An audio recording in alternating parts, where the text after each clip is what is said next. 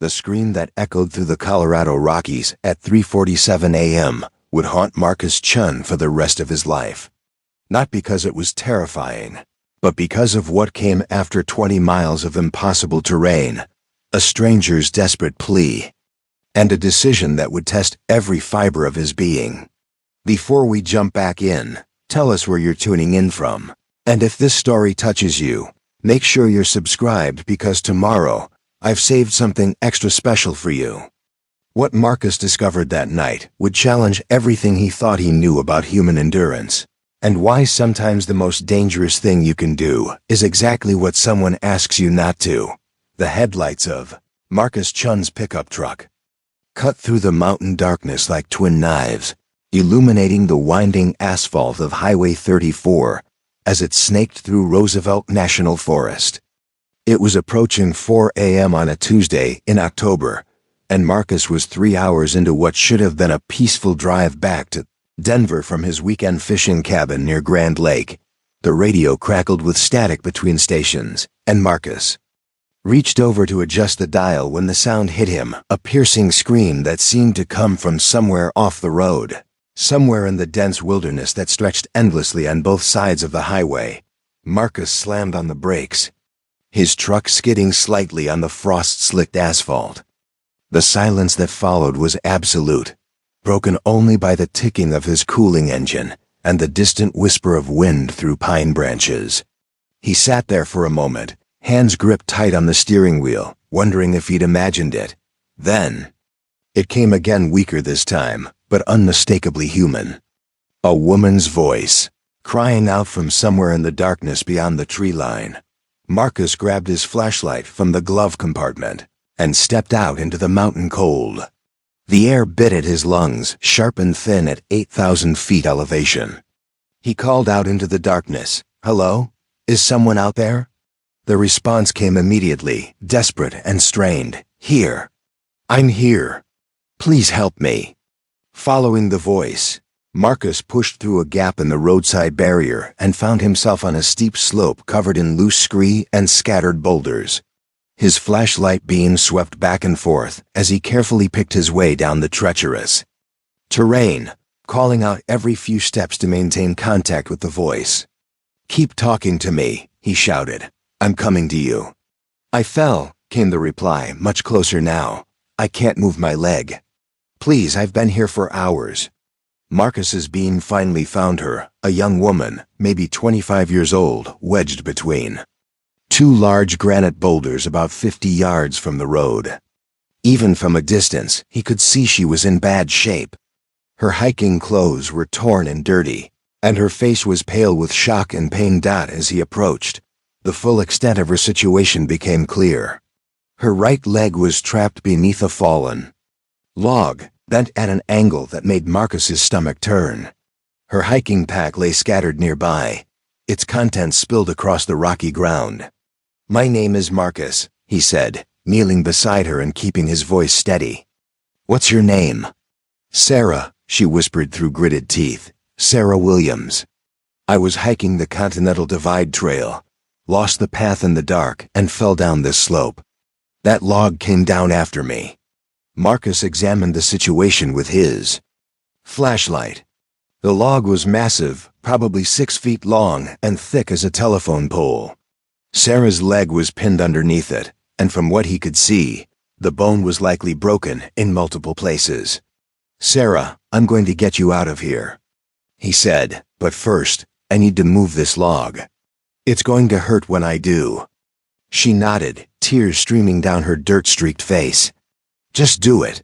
Marcus positioned himself at the end of the log and threw his full weight into lifting it. The dead wood was waterlogged and incredibly heavy, but adrenaline gave him strength he didn't know he had. With a grunt of effort, he managed to roll it just enough for Sarah to pull her mangled leg free. The scream that followed echoed off the surrounding peaks. When she finally stopped, Sarah looked up at Marcus with eyes wide with terror. "I can't feel my foot," she whispered. "I can't feel anything below my knee." Marcus pulled out his cell phone and immediately saw what he'd feared: no signal. They were in a dead zone, surrounded by peaks that blocked any hope of communication with the outside world. "Listen to me, Sarah," he said, crouching down to meet her eyes. "My truck is up on the road. I'm going to carry you up there, and then we'll drive to the nearest hospital." But Sarah was shaking her head frantically. "You can't carry me up that slope. Look at it. Look at how steep it is. You'll fall. You'll drop me." Marcus looked back the way he'd come. In the stark beam of his flashlight, the slope looked even. More treacherous than he remembered: loose rocks, hidden holes, patches of ice where mountain springs had frozen. Sarah was right. Attempting to carry her up that incline in the dark would be suicide for both of them. "Then I'll go get help," he said. "I'll drive to the ranger station, and no." Sarah's voice was urgent, desperate. "Don't leave me here. Please, I've been alone for so long. The cold. I don't think I can survive until you get back." Marcus felt the weight of impossible choices settling on his shoulders. Sarah's condition was serious. He could see she was going into shock, her lips turning blue in the frigid mountain air. But the terrain made rescue nearly impossible, at least until daylight. That's when Sarah grabbed his arm with surprising strength. "There's another way," she said. "The trail. The Continental Divide Trail runs through here. It connects to Forest Service Road 125 about 20 miles south. If you follow the trail markers, you can carry me out that way." Marcus stared at her. 20 miles, Sarah, It's mostly downhill," she said quickly. "And the trail is designed for hiking. It'll be safer than trying to go straight up this cliff." Marcus played his flashlight beam around the area until he found what Sarah was pointing to, a small wooden post with the familiar diamond-shaped trail marker, barely visible through the trees. 20 miles, through wilderness, carrying an injured person, in the dark. "Sarah, I don't know if I can." "Leave me here," she said suddenly, her voice breaking. "Just leave me here and go get help. I was wrong to ask you to carry me. It's too far, too dangerous." But even as she said the words, Marcus could see the fear in her eyes. Fear of being alone in the dark. Fear of dying before help could arrive. Fear of the cold that was already sapping her strength. Marcus Chun had spent 34 years living a careful, measured life. He was an accountant from Denver who enjoyed weekend fishing trips and quiet evenings at home.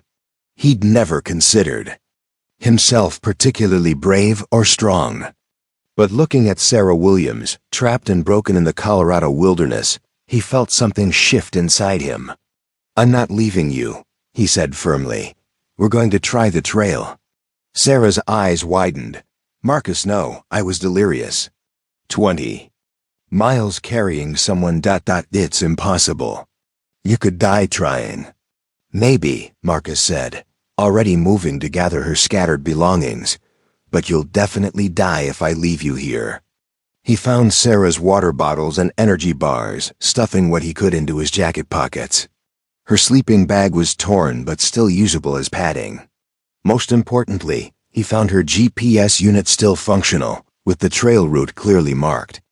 "I need to stabilize your leg before we move," Marcus said, looking around for materials.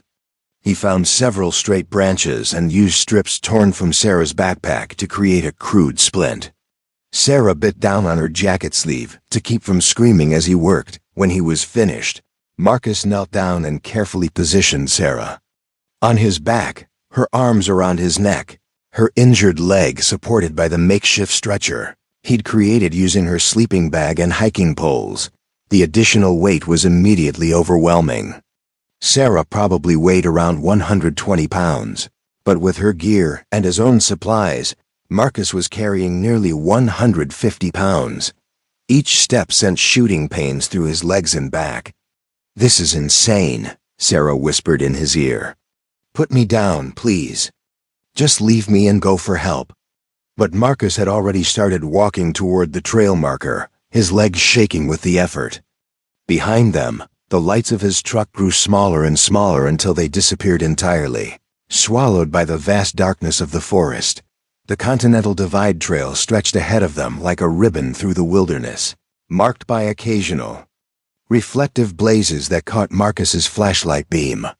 According to Sarah's GPS, it was 19.7 miles to the Forest Service Road, where they could hope to flag down help. The first mile was the hardest.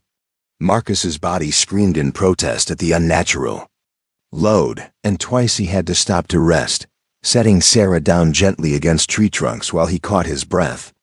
Each time, she begged him to leave her and go for help alone.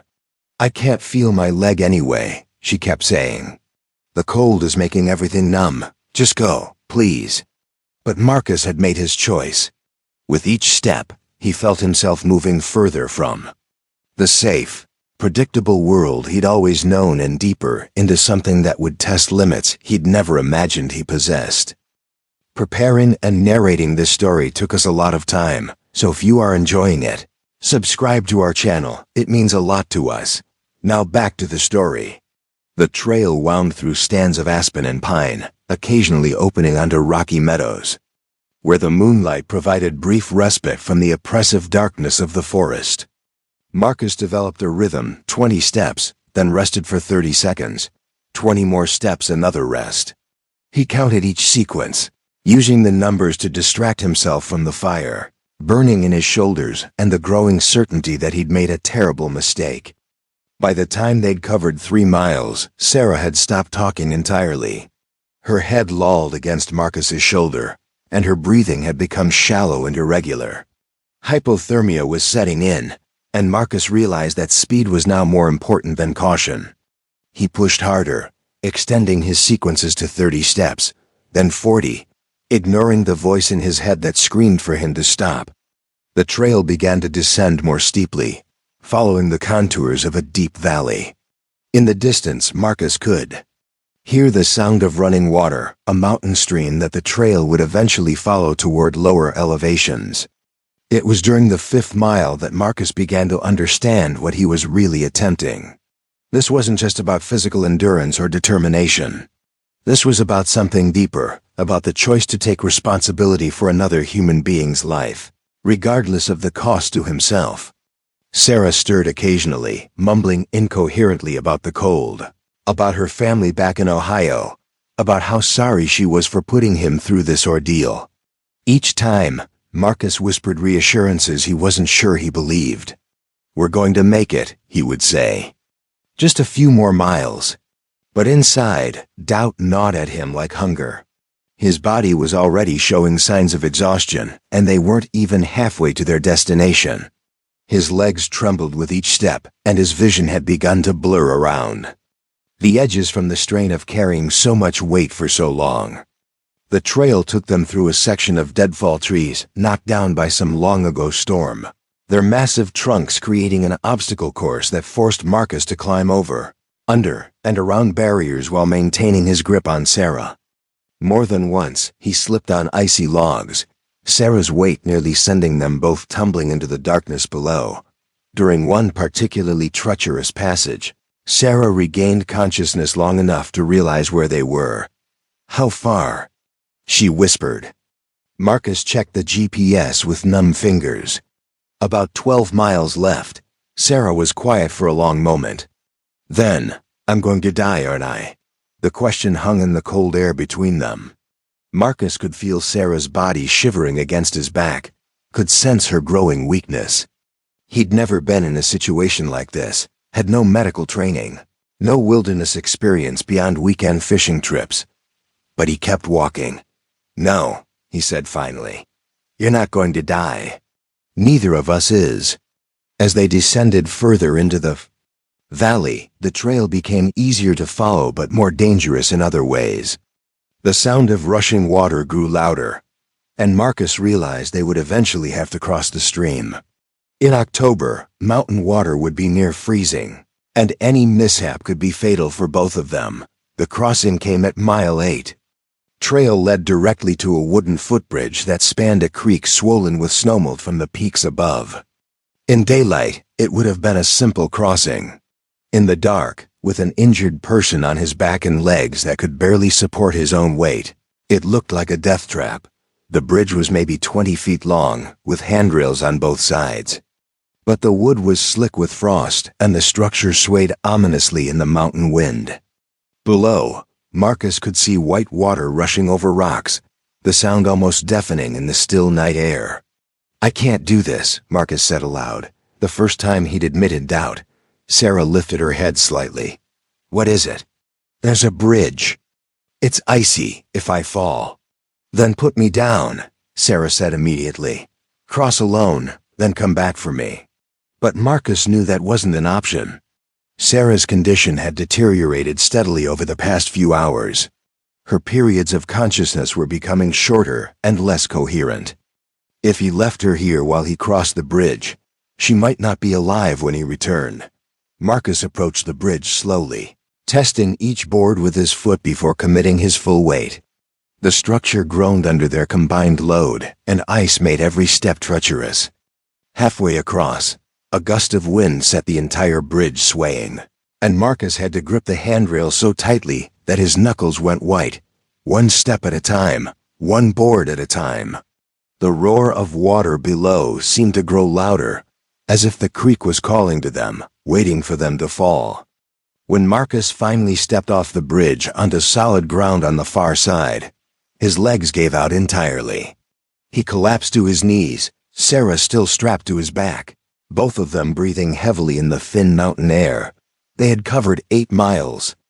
Less than halfway to safety. And the hardest part of the journey still lay ahead.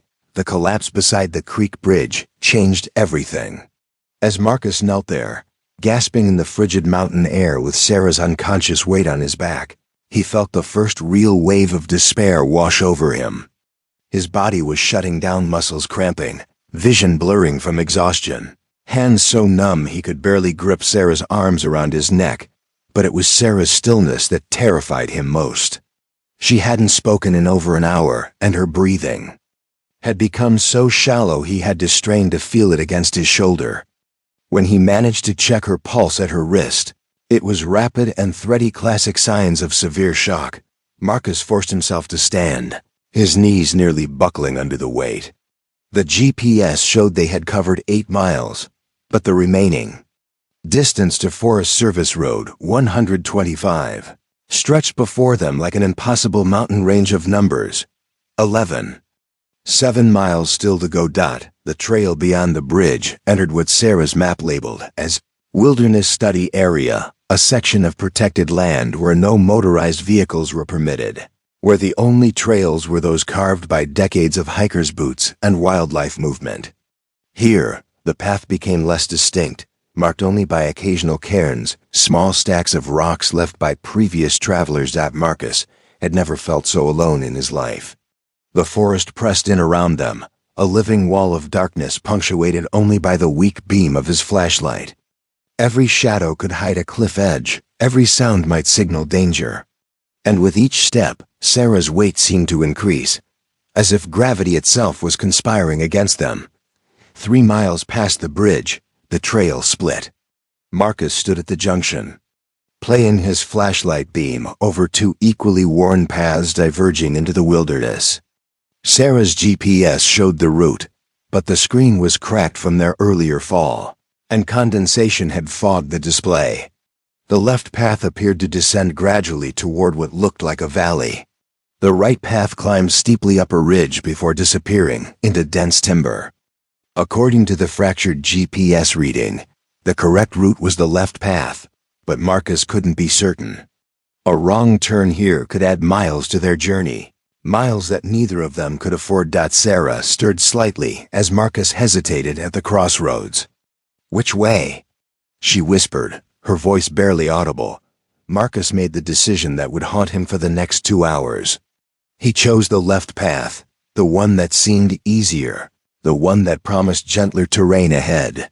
For the first mile, his choice seemed vindicated. The trail descended gradually through a meadow dotted with alpine wildflowers, their petals closed against the night cold.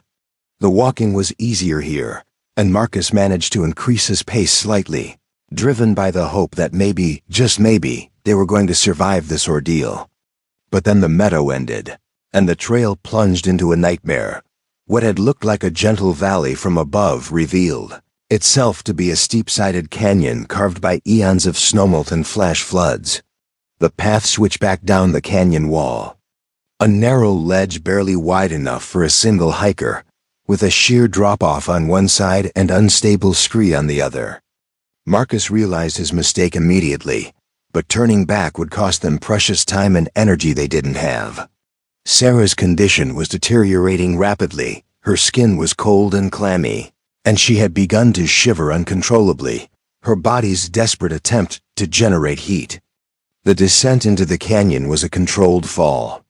Marcus's legs shook with each step, and several times loose rocks gave way beneath his feet, sending him sliding down the trail with Sarah's weight threatening to pull them both over the edge. His flashlight illuminated only a few feet ahead, turning each step into an act of faith. Halfway down the canyon wall, disaster struck. A section of trail that had looked solid crumbled under their combined weight. Marcus felt the ground give way beneath his right foot, and suddenly he was falling sideways toward the canyon's edge.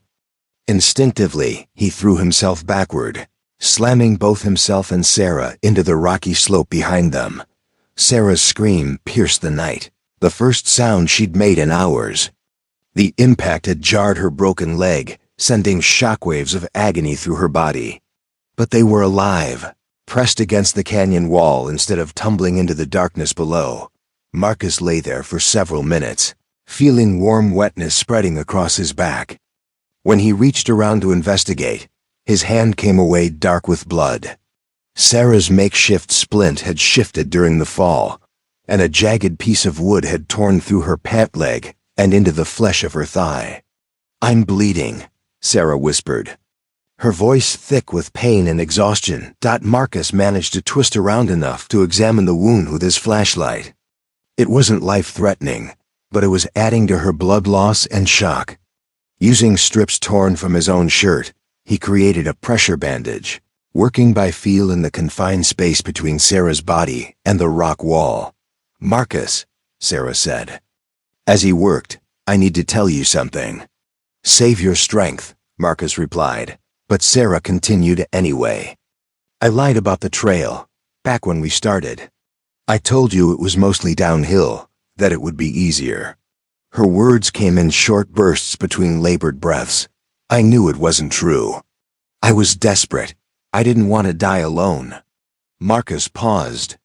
"In his bandaging, what do you mean?" "The Continental Divide Trail through this section. It's rated as one of the most difficult stretches in Colorado. Experienced hikers take 3 days to cover this distance. What we're trying to do... it's impossible." The words hit Marcus like a physical blow. For the past 4 hours, he had sustained himself on the belief that this rescue was difficult, but achievable.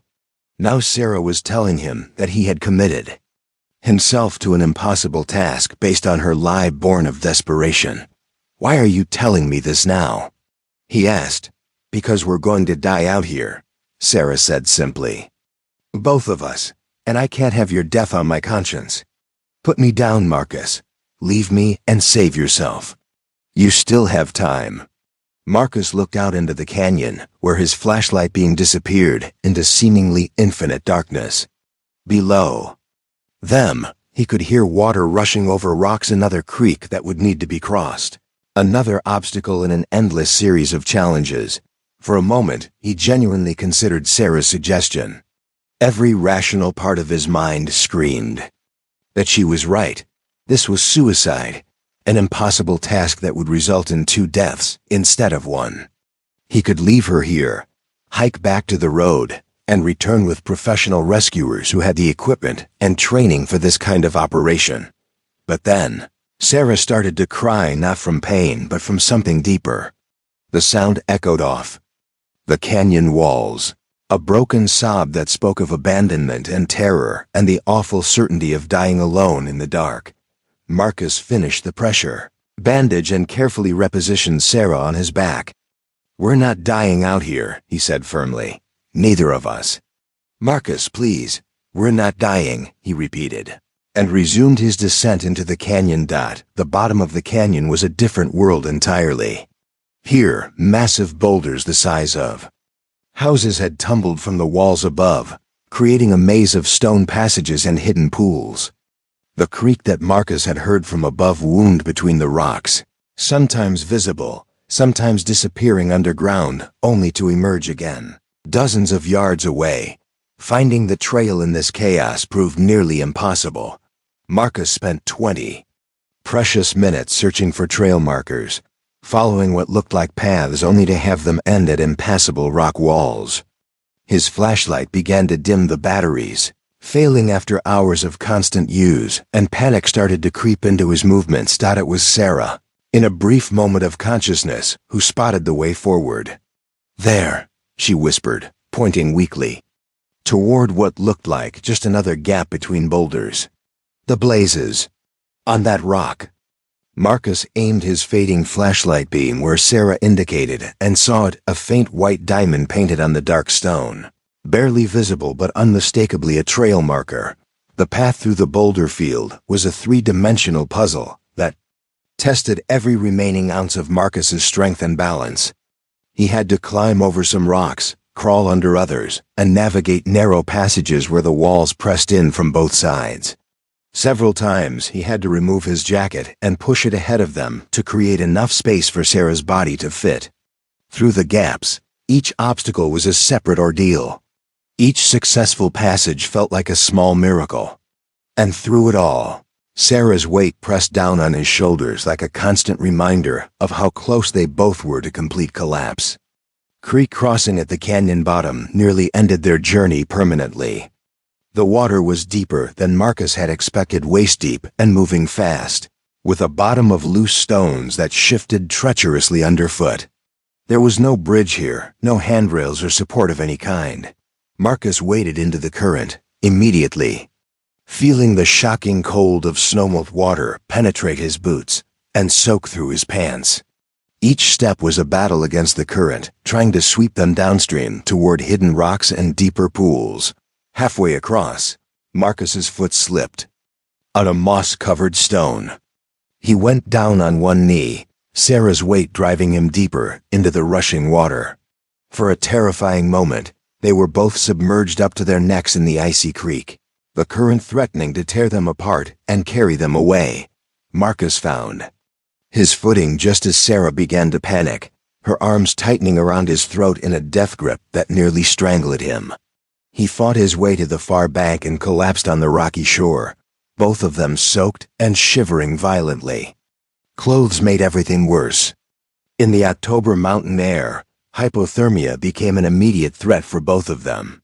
Marcus's flashlight had been submerged and now provided only a weak flickering glow that barely illuminated their immediate surroundings. "We have to keep moving," Marcus said through chattering teeth, but when he tried to stand, his legs wouldn't support him. The combination of exhaustion, cold, and the shock of the river crossing had pushed his body beyond its limits. For 5 minutes, they lay beside the creek, shivering in the darkness. Marcus felt consciousness beginning to slip away, felt the dangerous warmth of hypothermia starting to cloud his thinking.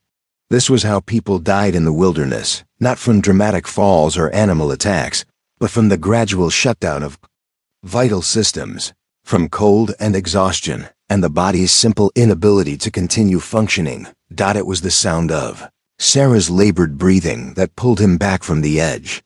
Her respirations had become irregular, sometimes stopping entirely, for long seconds before resuming with a gasping intake of air. She was dying, and every minute they spent lying beside this creek brought her closer to a death that would also claim him. Marcus forced himself to stand, water streaming from his soaked clothes, and carefully lifted Sarah back onto his shoulders. The additional weight of their wet clothing made the load almost unbearable, but he began to walk anyway, following the faint trail markers deeper into the wilderness. The next 3 miles tested the absolute limits of human endurance. Marcus's world contracted to the simple mechanics of putting one foot in front of the other, of maintaining his grip on Sarah's unconscious form, of following the weak beam of his dying flashlight from one trail blaze to the next. He lost track of time entirely. Minutes could have been hours, hours could have been minutes. Reality became a dreamlike sequence of obstacles overcome through pure stubborn refusal to quit. A fallen tree that required climbing over with Sarah's dead weight. On his back, a section of trail washed out by some long-ago flood, forcing a detour through thick undergrowth that left them both bleeding from dozens of cuts and scrapes. When Marcus's flashlight finally died completely, plunging them into absolute darkness, he nearly gave up. Standing in the middle of the wilderness with no light, no clear sense of direction, and a dying woman on his back, the hopelessness of their situation seemed overwhelming. But then the moon emerged from behind a cloud bank, casting enough light to reveal the landscape around them. Marcus realized they had climbed out of the canyon and were now on a broad ridge covered with scattered pine trees. And there, barely visible in the pale moonlight, was something that made his heart leap with desperate hope. Power lines. Two thin cables stretched between tall poles, cutting a straight line through the forest. Power lines meant civilization, meant roads, meant the possibility of rescue. Marcus began following the power line corridor, stumbling over the uneven ground, but driven forward by the first real hope he had felt in hours.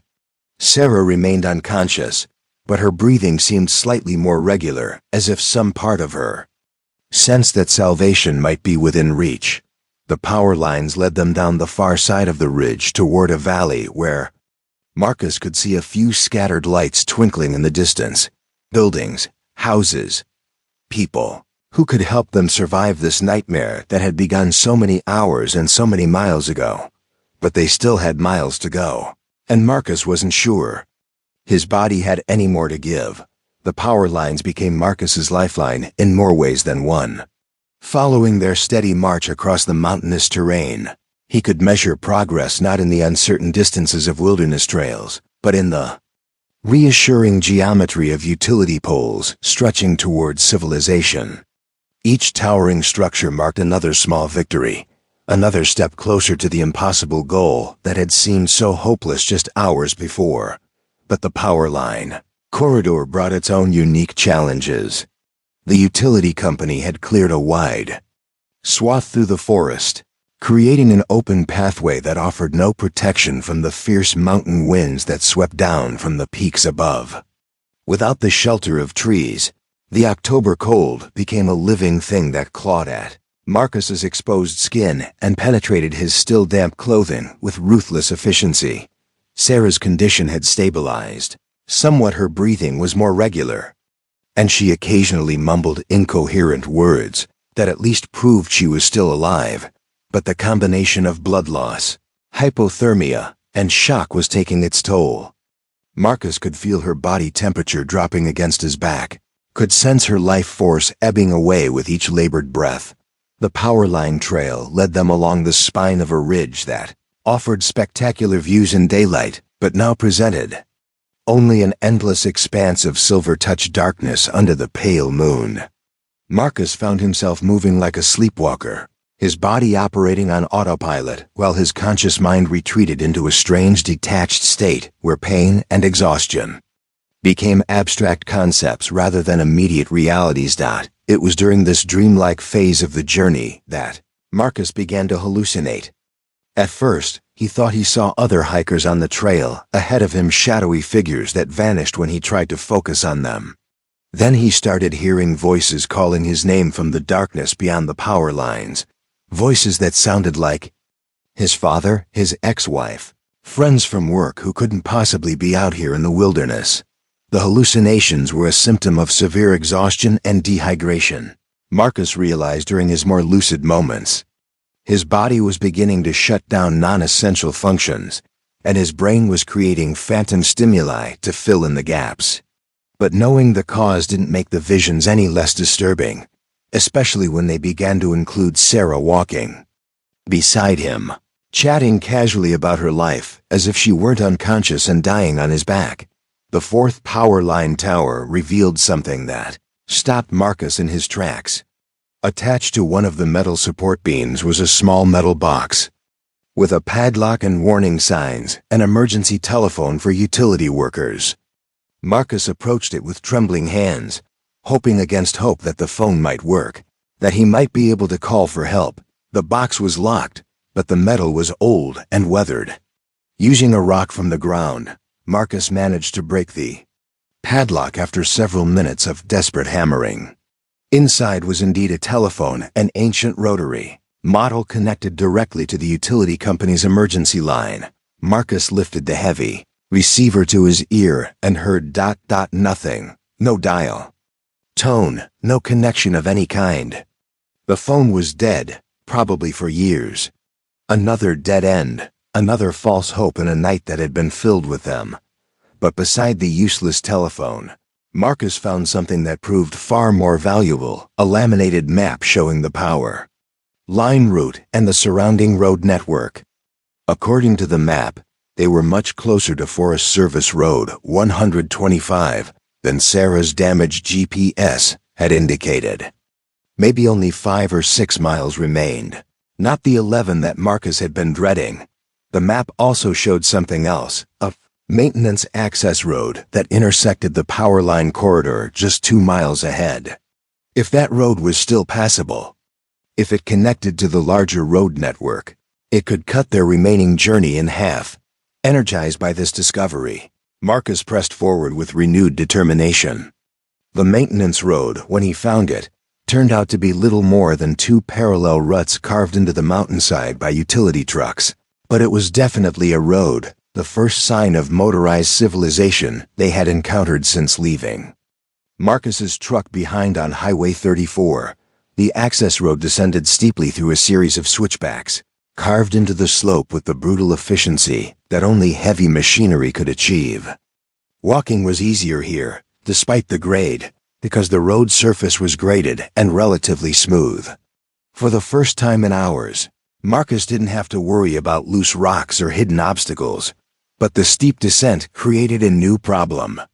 With each downward step, Sarah's weight seemed to pull him forward, threatening to send them both tumbling down the mountainside in an uncontrolled fall.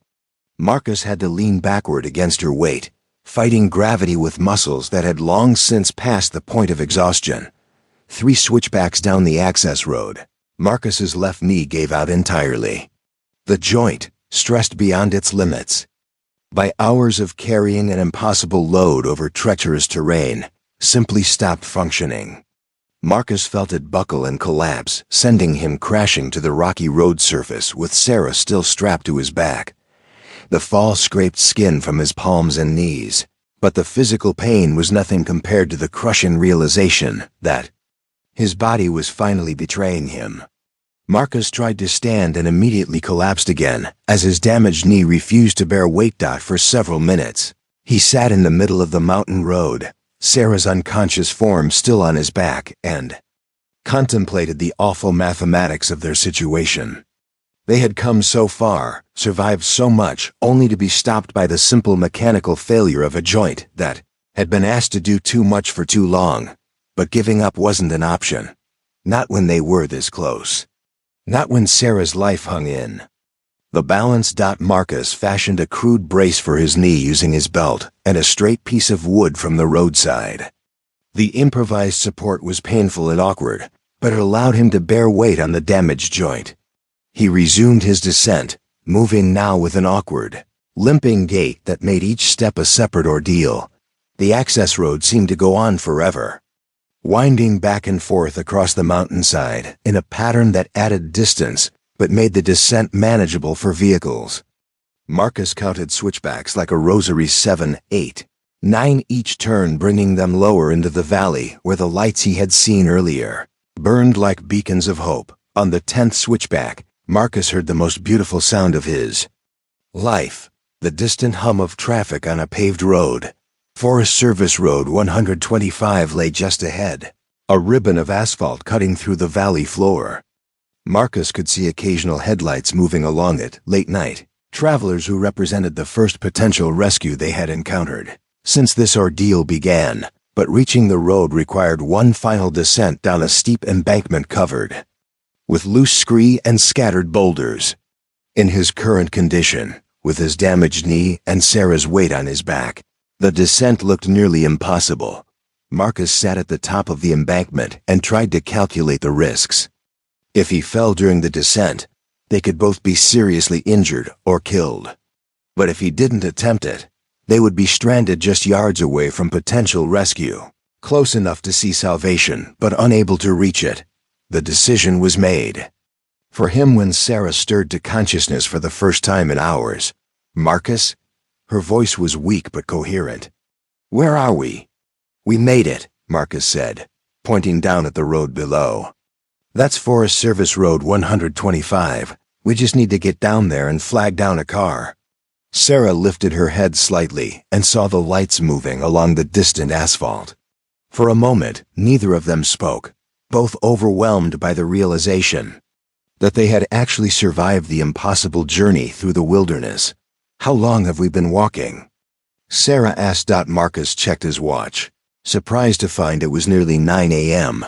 They had been traveling for over 12 hours, covering 20 miles of some of the most difficult terrain in Colorado. What had seemed like an impossible task in the darkness beside Highway 34 had somehow been accomplished through sheer stubborn refusal to quit. "Can you hold on a little longer?" Marcus asked. "This last part is going to be rough." Sarah's arms tightened around his neck. "I'm not letting go."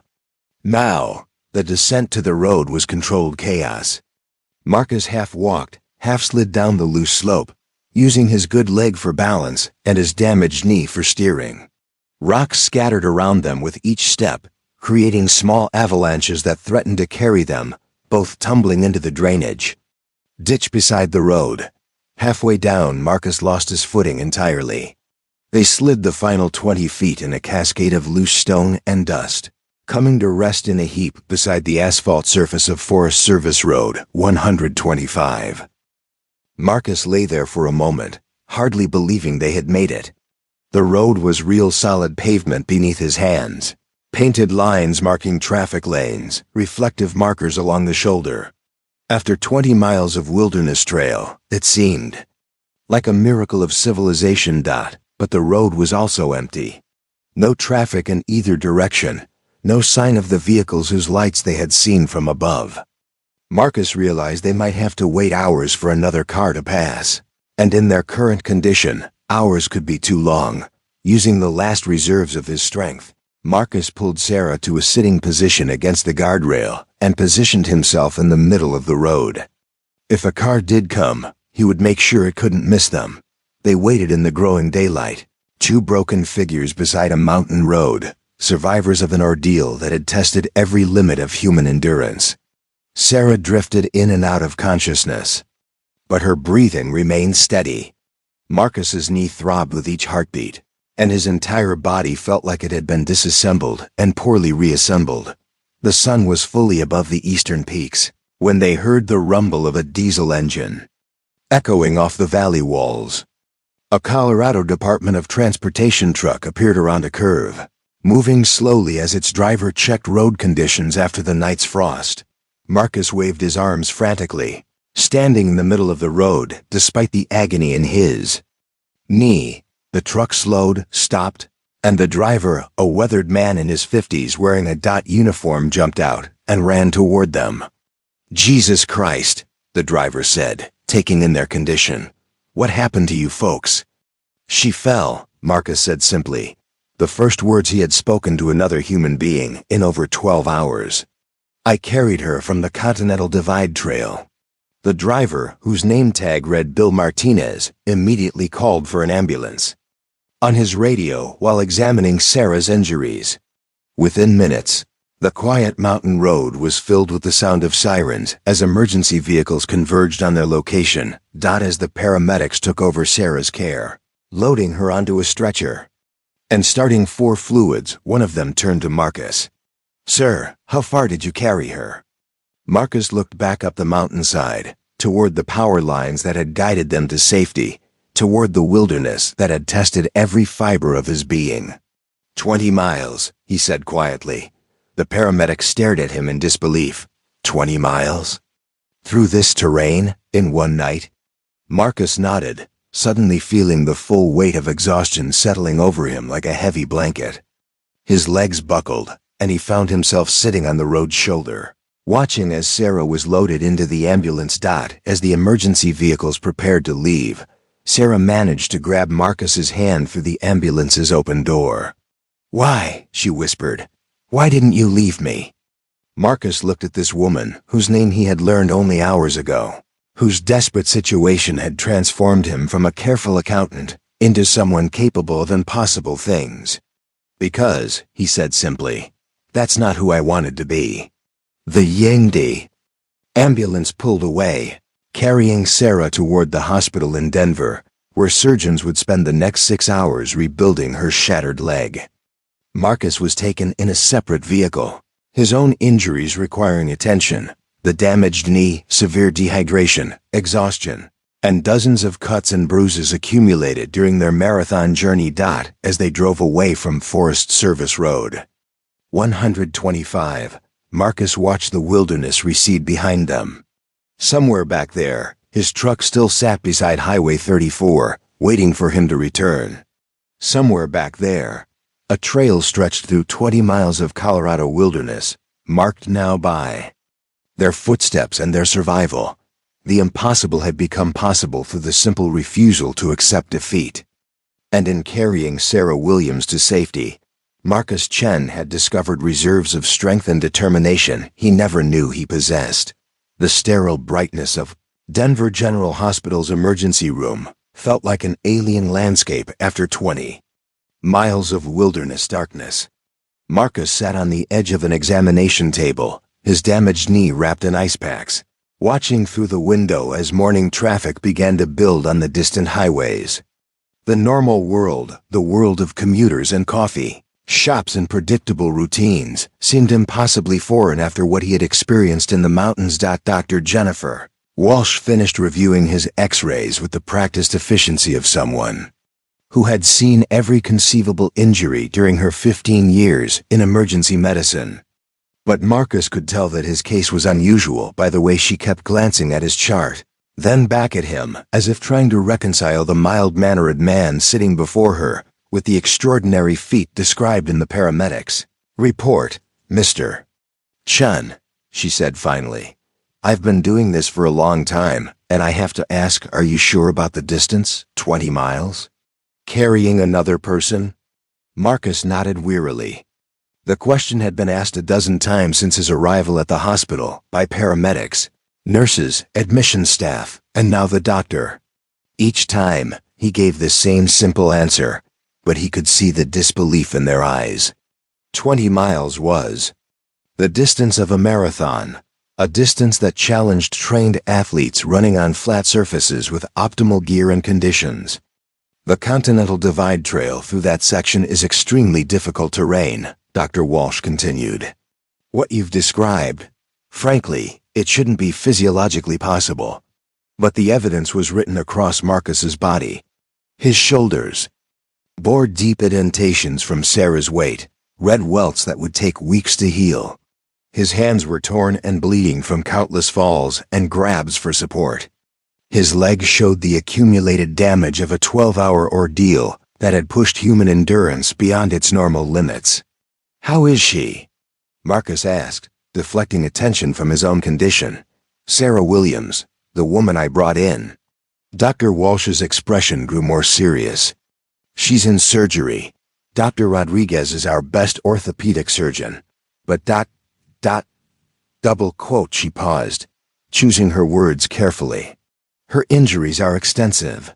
Compound fractures, severe soft tissue damage, potential nerve involvement. She lost a significant amount of blood during the night." The unspoken question hung in the air between them. Had Marcus's desperate rescue mission been worth it? Would Sarah survive with her leg intact, or had their ordeal merely postponed the inevitable? "Doctor," Marcus said quietly, "if I had left her where she fell and gone for help instead, would she have survived until a rescue team could reach her?" Dr. Walsh met his eyes directly. "In her condition, in those temperatures? Honestly, I don't think she would have lasted 2 hours." The confirmation hit Marcus harder than he had expected. Throughout the long night, he had tortured himself with second-guessing, wondering if his decision to attempt the impossible rescue had been an act of heroism or dangerous stupidity. Now he knew there had been no other choice. Sarah would have died without his intervention.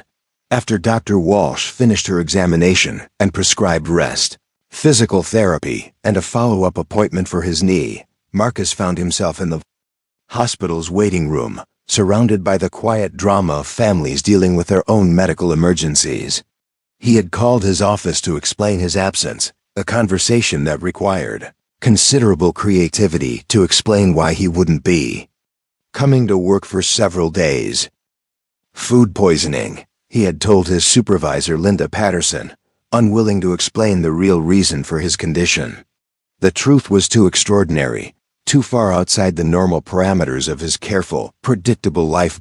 It was nearly noon when Dr. Rodriguez emerged from the surgical suite, still wearing scrubs and the exhausted expression of someone who had spent 6 hours performing microscopic miracles. Marcus recognized him immediately, a compact, intense man in his 40s whose reputation as a surgeon was legendary throughout Colorado's medical community. "Are you Marcus Chun?" Dr. Rodriguez asked, approaching the waiting area. Marcus stood, his damaged knee protesting the movement. "Yes, how is she?" "Alive," Dr. Rodriguez said simply. Which, given her condition when she arrived, is something of a miracle in itself. He gestured toward a pair of chairs, and they sat down together. "I've been able to repair most of the damage. 3 pins in the tibia, reconstruction of the ligaments, extensive soft tissue repair. She walk again, though she probably always have some limitations." The relief that washed over Marcus was overwhelming. After everything they had endured, after 20 miles of wondering if he was carrying a corpse through the wilderness, Sarah was going to survive. "There's something else," Dr. Rodriguez continued. "Something I need you to understand about what you did last night." He leaned forward, his voice dropping to the intense tone doctors reserve for delivering crucial information. "Miss Williams was suffering from severe hypothermia when she arrived. Her core body temperature was dangerously low. But here's the remarkable thing: your body heat, during those 12 hours of carrying her, probably saved her life. Without that constant warmth, she would have died from exposure long before you reached the road." Marcus stared at the surgeon, processing this information. He had saved Sarah's life not just by carrying her to safety, but by the simple act of sharing his body heat during the coldest part of the night. "I've been practicing medicine for 20 years, Dr. Rodriguez said. "And I've never seen anything quite like this. What you did, it defies every conventional understanding of human physical limitations." Over the following days, as Marcus recovered in his Denver apartment, the story began to take on a life of its own. Bill Martinez, the dote worker who had found them on Forest Service Road 125, had filed a report that made its way through state agencies and eventually to local news outlets. By Thursday, 3 days after the rescue, Marcus's phone was ringing constantly with requests for interviews. The first reporter to track him down was Janet Morrison from the Denver Post, a veteran journalist who specialized in human interest stories. She arrived at his apartment with a photographer and a list of questions that made Marcus deeply uncomfortable. "Mr. Chun, our readers want to know what drove you to attempt such an extraordinary rescue," she said, her digital recorder capturing every word. "What made you think you could carry another person 20 miles through wilderness terrain?" Marcus sat in his living room, his injured knee elevated on a coffee table, trying to find words for something that still felt surreal even to him. "I didn't think about whether I could do it," he said finally. "I just knew I couldn't leave her there to die." "But you're an accountant," Morrison pressed. "You have no special training in wilderness rescue, no background in extreme athletics. What made you believe this was possible?" The question touched on something that Marcus had been struggling to understand himself.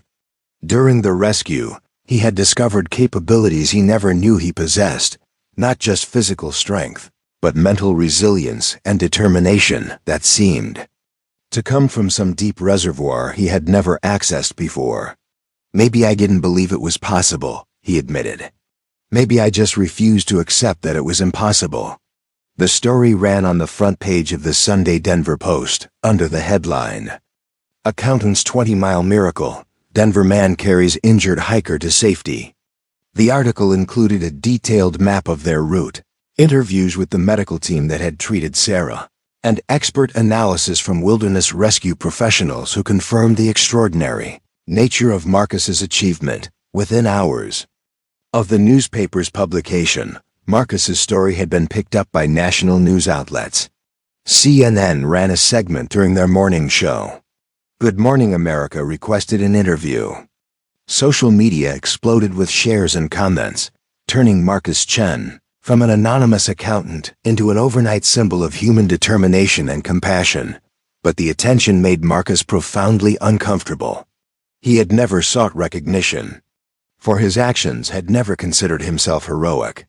The constant phone calls and interview requests felt invasive, turning a deeply personal experience into public entertainment. It was Sarah who provided perspective when she called him from her hospital bed on the following Tuesday. "Marcus, I've been watching the news coverage," she said, her voice still weak but gaining strength daily. "I wanted to thank you, but also to apologize." "Apologize for what?" "For putting you through all this media circus. For lying to you about the trail. For asking you to do something that could have killed you." Sarah paused, and Marcus could hear the emotion in her voice. "I've had a lot of time to think while lying here, and I realize how selfish I was. I was so terrified of dying alone that I manipulated you into risking your own life." Marcus was quiet for a moment, considering her words. During his own recovery time, he had reflected extensively on the events of that night, trying to understand his own motivations and the chain of decisions that had led them both to survival. "Sarah," he said finally, "I made my own choices that night. Every step of the way, I could have turned back. I could have left you and gone for help. But I didn't, and that was my decision, not yours." "But why?" Sarah asked, echoing her question from the ambulance. "Why didn't you leave me?" Any rational person would have realized that attempting to carry me 20 miles was suicide. It was a question that Marcus had been asked dozens of times by reporters, family members, and friends. Everyone wanted to understand the psychology behind his decision, wanted to find some explanation for behavior that seemed to defy logic and self-preservation. "Because," Marcus said, "I realized that night that there are things more important than being rational. There are moments when you have to choose between the person you've always been and the person you want to become." The conversation with Sarah marked a turning point for Marcus. He stopped accepting interview requests, declined appearances on talk shows, and gradually withdrew from the media attention that had transformed his life into a public spectacle. The story eventually faded from the news cycle, replaced by other human interest stories and daily dramas. But the experience had changed Marcus in ways that went far beyond the physical scars and damaged knee. He found himself unable to return to the comfortable routine of his previous life. The work that had once seemed important, tax calculations and financial statements, now felt trivial compared to the life and death decisions he had faced in the wilderness. 3 months after the rescue, Marcus submitted his resignation to the accounting firm where he had worked for 8 years. His supervisor, Linda Patterson, was bewildered by his decision. "Marcus, you're one of our most reliable employees," she protested. "Where are you going? What are you planning to do?" Marcus looked out the window of her office toward the Front Range mountains visible in the distance, peaks that no longer seemed like distant landscape features, but like familiar territory he had personally traversed. "I'm going to train as a wilderness rescue volunteer," he said. "There are other people out there who might need help someday." The decision felt right in a way that surprised him. For 34 years, Marcus had lived a life of careful calculation and risk avoidance. But his experience with Sarah had shown him that the most meaningful moments often came from abandoning safety and embracing the impossible. 6 months later, Marcus completed his certification with Colorado Search and Rescue. On his first official mission searching For a lost hiker in the same wilderness area where he had carried Sarah, he found himself thinking about that night, when everything had changed. He had entered those mountains as an accountant named Marcus Chun. He had emerged as someone entirely different, someone capable of extraordinary things, when the situation demanded them. The transformation hadn't happened gradually over years of training and preparation. It had occurred in a single night, across 20 miles of impossible terrain, with a stranger's life depending on his refusal to accept defeat. As Marcus hiked through the familiar landscape with his rescue team, following GPS coordinates and radio chatter toward another person in need of help, he understood that some journeys change you not because of where they take you, but because of who you discover yourself to be along the way. 2 years after that, October night in the Rockies, Marcus Chun stood at the edge of another precipice, but this time he wasn't alone. Behind him, 3 other members of the Boulder County Search and Rescue Team prepared their equipment while studying topographical maps spread across the hood of their truck. Ahead, the floatirons rose like stone sentinels against the Colorado sky, their red sandstone faces glowing in the late afternoon sun. The call had come 90 minutes earlier. An experienced rock climber named David Kowalski had fallen while free soloing a route called the Naked Edge. His climbing partner had managed to reach him via radio. Reporting that David was conscious but trapped on a narrow ledge roughly 200 feet up the vertical wall, with what appeared to be a broken back. For most people, the scenario would represent an impossible rescue situation. The ledge was too small for helicopter extraction, too high for conventional ladder trucks, and accessed only by technical rock climbing routes that challenged even expert climbers. But for Marcus, impossible had become a relative term. Chun, "You're our best technical climber," said Captain Rebecca Torres, the unit's commanding officer. "Can you establish an anchor point and rappel down to assess the victim?" Marcus studied the rock face through binoculars, identifying potential anchor points and calculating rope requirements. 2 years of intensive training had transformed his body and mind in ways that went far beyond his original rescue of Sarah Williams. Where once he had been a weekend hiker who avoided challenging terrain, he was now rated for high-angle rescue, swift water operations, and winter avalanche response. "I can reach him," Marcus said simply. The same quiet confidence that had carried him through 20 miles of wilderness now applied to vertical stone. As Marcus suited up in his climbing harness and checked his rescue gear, his mind inevitably drifted back to that night with Sarah.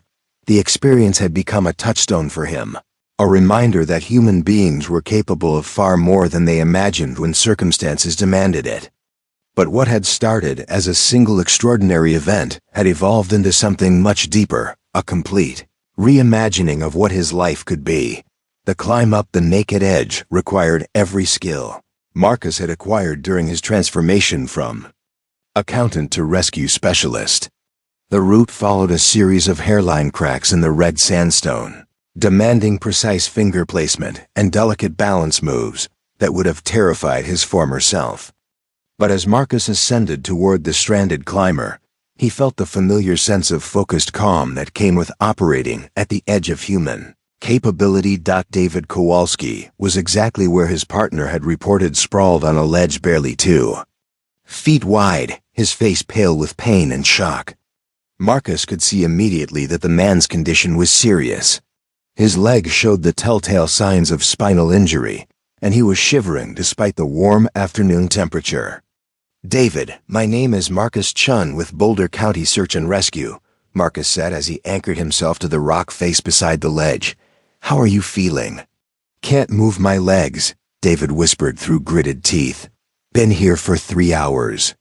Starting to think nobody was coming, Marcus began his medical assessment, working with the practiced efficiency of someone who had performed this routine dozens of times over the past 2 years.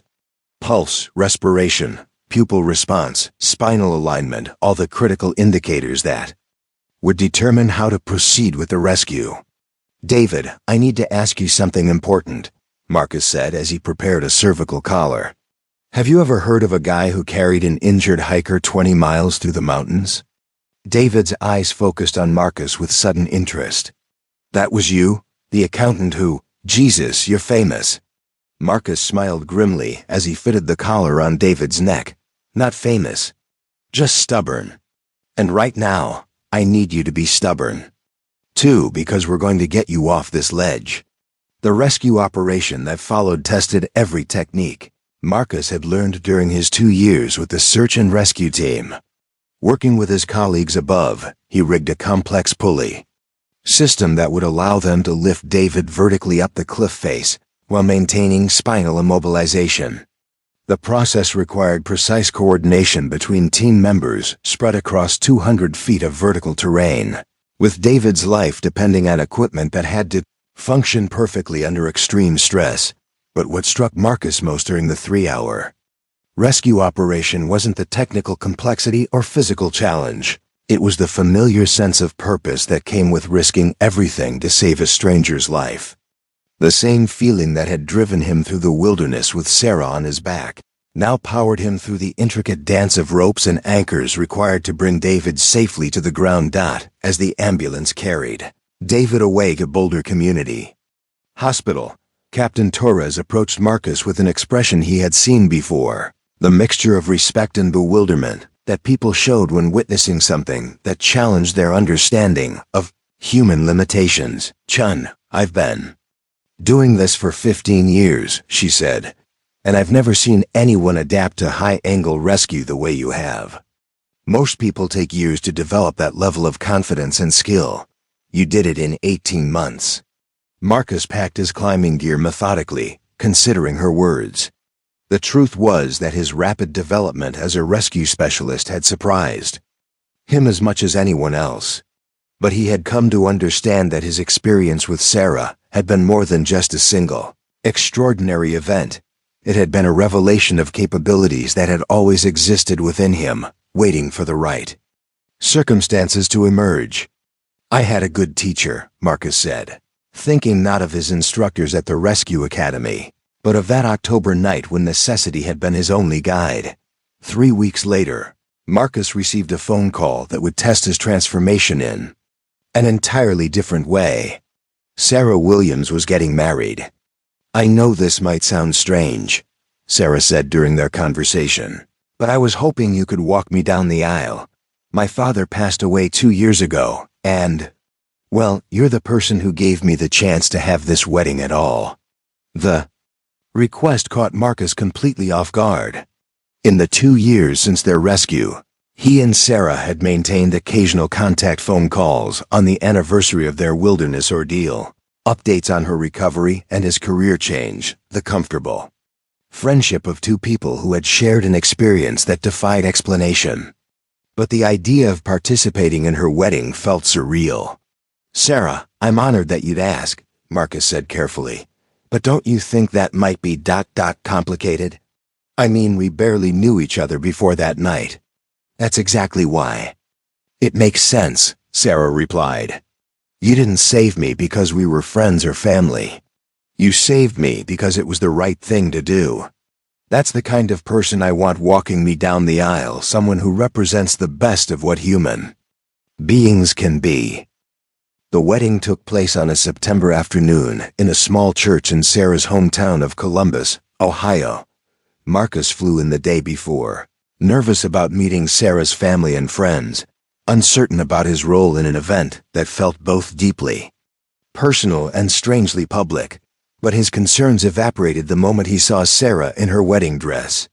The woman who had been broken and dying on his back 2 years earlier stood before him radiant with health and happiness.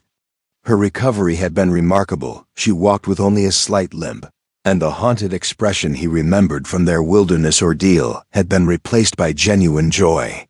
You clean up pretty good for an accountant-turned-mountain rescue guy, Sarah said with a grin as Marcus offered her his arm.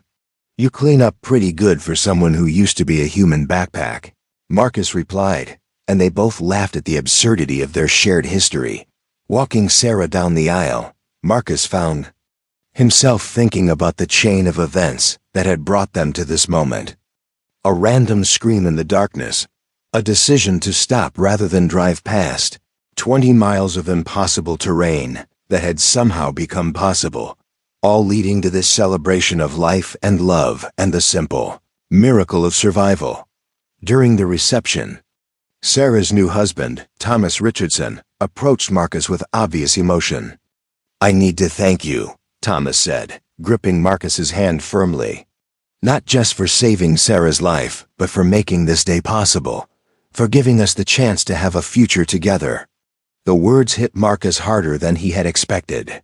Throughout his transformation from accountant to rescue specialist, he had focused on the technical aspects of his new career, the skills to master, the certifications to earn, the equipment to learn.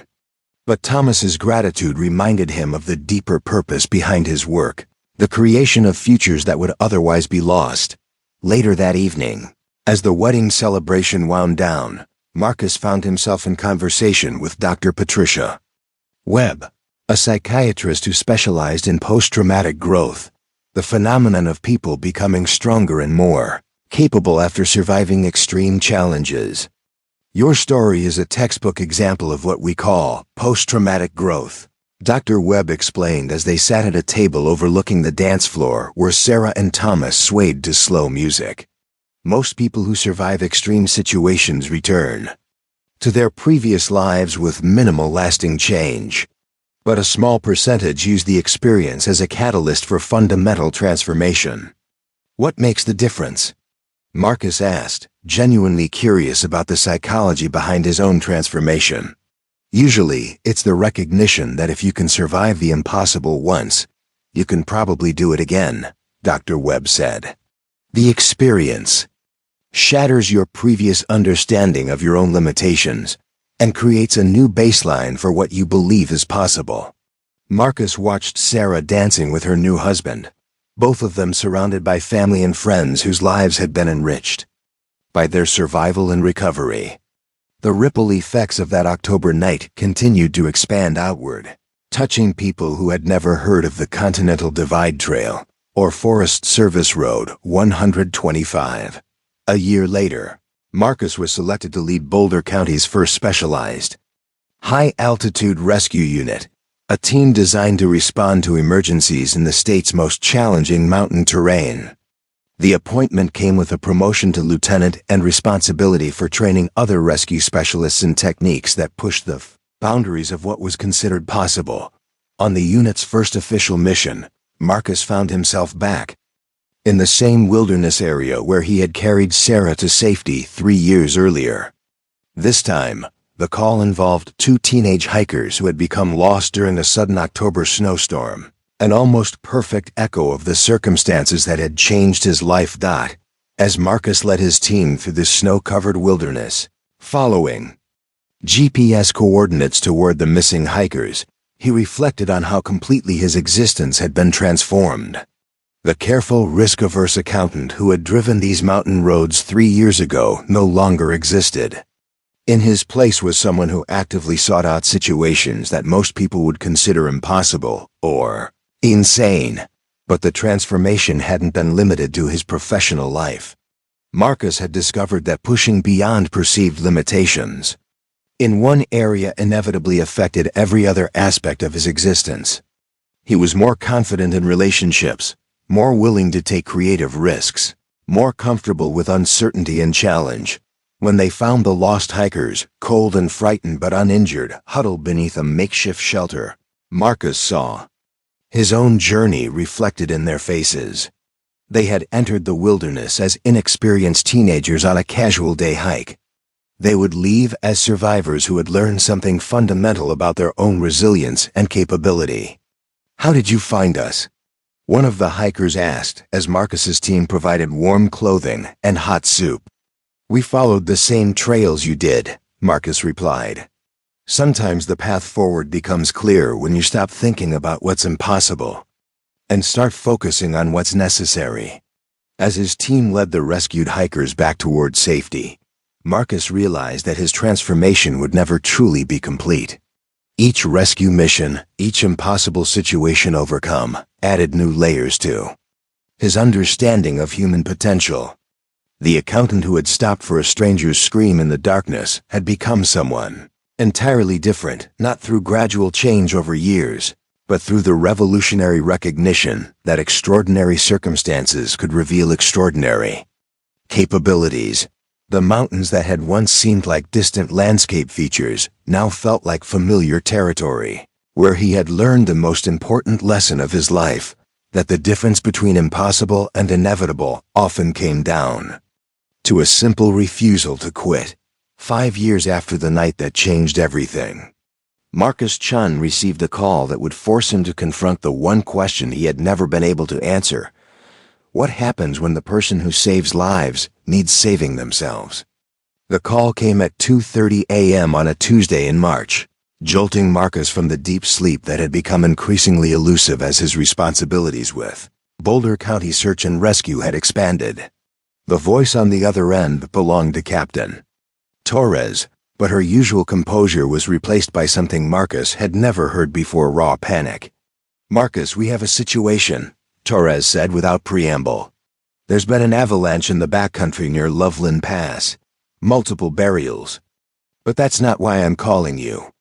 Marcus was already reaching for his gear bag, the automatic response of someone who had answered hundreds of emergency calls over the past 5 years. "What do you need?" "One of the buried victims. Marcus, it's Elena Vasquez." The name hit Marcus like a physical blow. Elena Vasquez was more than just a fellow rescue specialist. She was the person who had trained him in advanced mountaineering techniques, who had pushed him to develop capabilities he didn't know he possessed, and who had become his closest friend and confidant during his transformation from accountant to elite rescue operative. Elena was also the woman he had been planning to propose to. "How long has she been under?"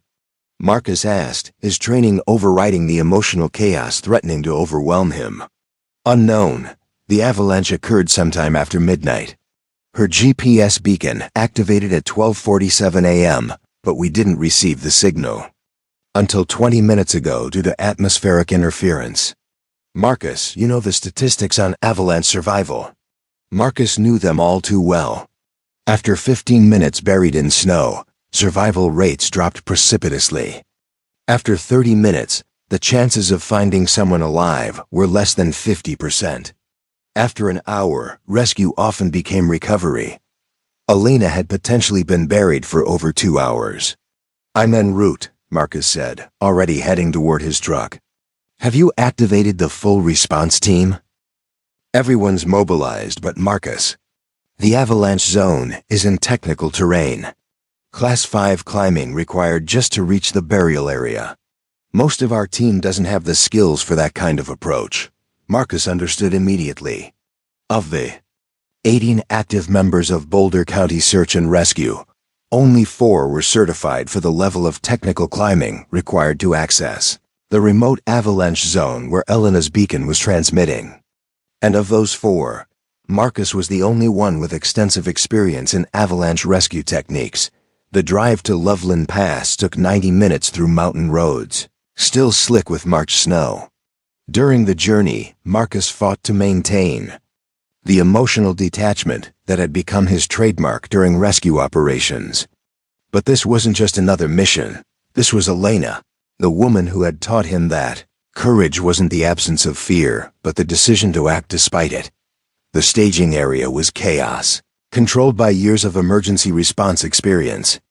Trucks from multiple agencies lined the roadside, their emergency lights painting the pre-dawn darkness in alternating reds and blues. The incident commander, Chief Martinez from Summit County Search and Rescue, briefed Marcus on the situation, while technicians prepared specialized avalanche rescue equipment. "We have 3 confirmed burials based on beacon signals," Martinez explained, pointing to a topographical map spread across the hood of his command vehicle. 2 victims have been located and extricated, both alive, both hospitalized with hypothermia and minor injuries. But the 3rd beacon. He indicated a point high on the mountainside, accessible only by a route that would challenge even expert climbers. "That's Elena," Marcus said, studying the terrain through binoculars. The avalanche had swept down a steep couloir, carrying thousands of tons of snow and debris into a narrow valley surrounded by near-vertical rock walls. Reaching Elena's position would require ascending 800 feet of technical rock and ice climbing, then conducting a precision search in unstable snow conditions. "Marcus, I have to ask," Chief Martinez said quietly. "Given your personal relationship with the victim, are you sure you can maintain operational objectivity?" It was a fair question, one that Marcus had been asking himself during the drive from Boulder. In rescue operations, emotional attachment could be fatal. It led to poor decision-making, unnecessary risks, and the potential for multiple casualties instead of successful rescues. But as Marcus looked up at the mountain where Elena was buried, he felt the same quiet certainty that had driven him to carry Sarah Williams 20 miles through the wilderness. Some situations transcended normal protocols and demanded responses that operated beyond the boundaries of conventional wisdom. "Chief, 5 years ago I discovered I could do impossible things when someone's life depended on it," Marcus said. "Today isn't going to be any different." The ascent to the avalanche zone pushed Marcus to the absolute limits of his climbing ability. The route followed a series of ice-covered ledges and crack systems that required precise technique and unwavering focus. Each handhold had to be tested, each footstep calculated to avoid triggering additional slides in the unstable snow conditions. Marcus climbed alone, despite protocols that normally required pairs for technical rescues. The urgency of Elena's situation and the limited number of climbers qualified for the route made solo operation the only viable option. As he ascended, Marcus maintained radio contact with the command team below, reporting his progress and receiving updates on Elena's beacon signal. "Signal is still active and consistent," came Torres's voice through his radio earpiece. "But Marcus, it's been over 3 hours since the initial burial. You need to prepare for the possibility that—" Marcus cut off the transmission. He understood the implications, understood the statistical reality of avalanche survival, but he refused to accept that Elena might already be gone. The same stubborn determination that had carried him through 20 miles of wilderness was now driving him up 800 feet of vertical terrain toward a woman whose life hung in the balance. The avalanche debris field, when Marcus finally reached it, was a landscape of chaos. Snow and ice were mixed with uprooted trees, scattered rocks, and the twisted remains of what had once been a pristine alpine environment. Elena's beacon signal was coming from somewhere beneath tons of consolidated snow that had hardened to near-concrete consistency. Marcus began the systematic process of avalanche rescue, probing the snow with a collapsible probe, following the strongest beacon signal toward what he hoped would be Elena's location. The work was physically exhausting and mentally agonizing, each probe thrust representing another second of Elena's diminishing survival window. 20 minutes into the search, Marcus's probe hit something solid at a depth of 4 feet. Not the yielding resistance of packed snow, but the unmistakable firmness of a human body. "I've got contact," Marcus radioed to the command team. Beginning excavation. Digging through 4 feet of avalanche debris by hand was like excavating concrete with a spoon. The snow had been compressed and frozen into a solid mass that yielded reluctantly to Marcus's frantic digging. His hands became numb, then bleeding, then numb again as he clawed through the frozen barrier separating him from Elena. When Marcus finally uncovered Elena's face, she appeared to be dead. Her skin was blue-white with hypothermia, her eyes closed, no visible breathing or movement. For a moment that felt like eternity, Marcus stared at the woman he loved, wondering if his desperate climb had been for nothing. Then he noticed something that sent hope surging through his exhausted body. A small air pocket around Elena's face, created by her backpack and helmet, that had prevented complete snow burial. The pocket was tiny, barely larger than a shoebox, but it might have provided enough air to sustain life. Marcus cleared snow from Elena's airway and began emergency warming procedures, using his own body heat and chemical warming packs from his rescue kit. He performed CPR, alternating chest compressions with rescue breathing, while radioing for helicopter evacuation to the nearest trauma center. "Come on, Elena," Marcus whispered between compressions. "You taught me that impossible doesn't mean anything. Now prove it." For 10 minutes that felt like hours, Marcus worked over Elena's motionless form while waiting for the helicopter that would carry her to definitive medical care. The statistical odds were overwhelmingly against survival: nearly 4 hours of burial, severe hypothermia, possible traumatic injuries from the avalanche impact. But statistics hadn't mattered 5 years ago, when everyone told Marcus that carrying Sarah Williams 20 miles was impossible. They didn't matter now, as he refused to accept that Elena's story was over. The first sign of life was so subtle that Marcus almost missed it: a slight fluttering of Elena's eyelids, barely visible in the harsh glare of his headlamp. Then a weak cough, followed by the shallow intake of breath that indicated her body was fighting to return to consciousness. "Elena, can you hear me?" Marcus said, his voice breaking with relief and exhaustion. Her eyes opened slowly, unfocused and confused, but unmistakably alive. "Marcus?" she whispered, her voice barely audible. Where am I?" "You're safe," Marcus said, tears freezing on his cheeks in the mountain cold. "You're going to be okay." The helicopter evacuation from the avalanche zone required precision flying that pushed the boundaries of what was possible in mountain conditions. The pilot, a veteran of thousands of mountain rescues, managed to hover just long enough for Marcus to secure Elena in a rescue harness and watch her disappear into the aircraft's cabin. As the helicopter disappeared toward Denver's trauma centers, Marcus began his own descent from the avalanche zone, a journey that would take him 3 hours, through terrain that had nearly claimed the life of the woman he loved. During the long climb down, he reflected on the strange symmetry of his life. 5 years ago, he had discovered his capacity for the impossible by carrying the stranger to safety. Today, he had confirmed that discovery by refusing to let someone he loved slip away into the statistical finality of avalanche mortality. Elena's recovery took 6 weeks in the hospital and months of physical therapy to regain full function in her frostbitten fingers and toes. But she survived with no permanent disabilities, defying medical predictions about the effects of prolonged hypothermic burial. During her recovery, she and Marcus had countless conversations about risk, rescue, and the strange paths that had brought them together. Elena had initially been drawn to Marcus because of his reputation as the accountant who had accomplished the impossible. She had trained him, challenged him, and fallen in love with the quiet determination that made him attempt things that others considered insane. "You know what the strangest part is?" Elena said during one of their conversations in her hospital room before the avalanche.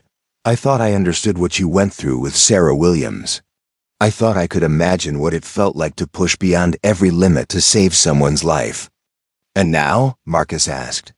"Now I know that understanding and experiencing are completely different things. What you did for me on that It wasn't just rescue technique or physical capability. It was a fundamental refusal to accept defeat." 6 months after Elena's rescue, Marcus received an unexpected phone call from someone he hadn't heard from in over a year. Sarah Williams, now Sarah Richardson, was calling from Columbus, Ohio, where she had just given birth to her first child.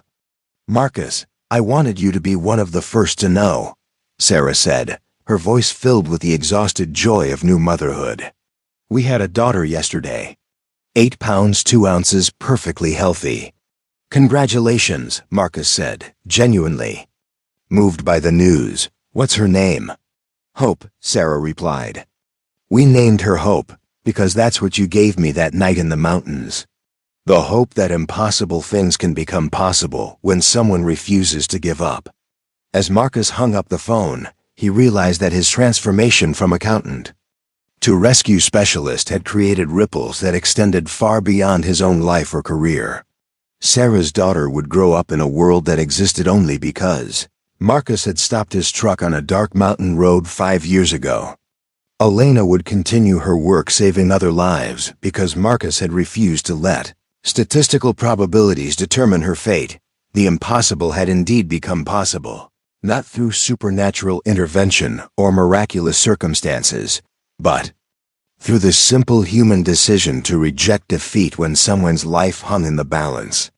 And in learning to accomplish the impossible for others, Marcus had discovered something equally important about himself, that the most meaningful transformations often begin with a stranger's cry in the darkness and a choice to stop rather than drive past. 7 years after that first October night, Marcus Chun found himself standing in front of 300 aspiring rescue specialists at the National Wilderness Rescue Conference in Salt Lake City, preparing to deliver a keynote address he had never wanted to give. The conference organizers had insisted that his story, now legendary within the search and rescue community, needed to be shared with the next generation of emergency responders. But Marcus wasn't there to talk about heroism or inspiration. He was there to discuss something far more complex and dangerous: the psychological cost of repeatedly pushing beyond human limitations, and what happens when the impossible becomes routine. How many of you have heard the story of the accountant who carried a stranger 20 miles through the Colorado wilderness? Marcus asked the assembled crowd. Nearly every hand in the auditorium went up. Marcus nodded grimly. "Then you've heard a myth," he said bluntly. "Not because the facts are wrong, but because myths focus on outcomes while ignoring consequences. Today, I want to talk about what that story doesn't include: the price of transformation, and why some rescues succeed while others end in tragedy." The audience stirred uncomfortably. They had come expecting an inspirational tale of triumph over adversity, not a lecture on the darker aspects of emergency response. But Marcus had learned through 7 years of increasingly complex rescues that the whole truth was more important than comfortable myths. "6 months ago, I failed," Marcus continued, his voice carrying the weight of recent trauma. "For the first time since I became a rescue specialist, I encountered a situation where refusing to accept defeat wasn't enough, where determination and skill and stubborn persistence led not to miraculous salvation, but to preventable death." Marcus clicked to the first slide of his presentation, a photograph of the Sangre de Cristo Mountains in southern Colorado, their peaks shrouded in the violent weather that had created the rescue situation he was about to describe. The call had come in during a late season blizzard that had caught several climbing parties, unprepared for the sudden shift from mild autumn weather to full winter conditions. Multiple teams were trapped on various peaks throughout the range, but one situation had immediately commanded Marcus's attention: a father and his 12-year-old son stranded on the summit of Crestone Peak with inadequate gear and no viable descent route in the whiteout conditions. The father's name was Robert Nash, Marcus told the conference audience. He was a software engineer from Denver who had been taking his son Jake on increasingly challenging climbs as a way to bond and build confidence.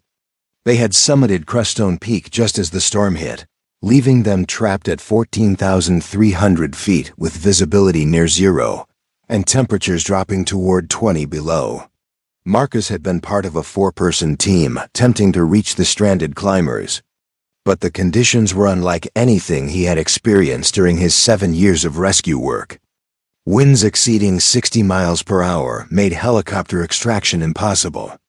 Ground-based rescue required ascending 4,000 feet of technical terrain in near whiteout conditions that turned every step into a navigation challenge. "We made it to within 800 feet of their position," Marcus continued, advancing to a slide showing GPS tracking data from the rescue attempt. "But by then, we had been climbing for 14 hours in conditions that should have forced us to abort the mission hours earlier. 3 members of our team were showing signs of severe exhaustion and early hypothermia.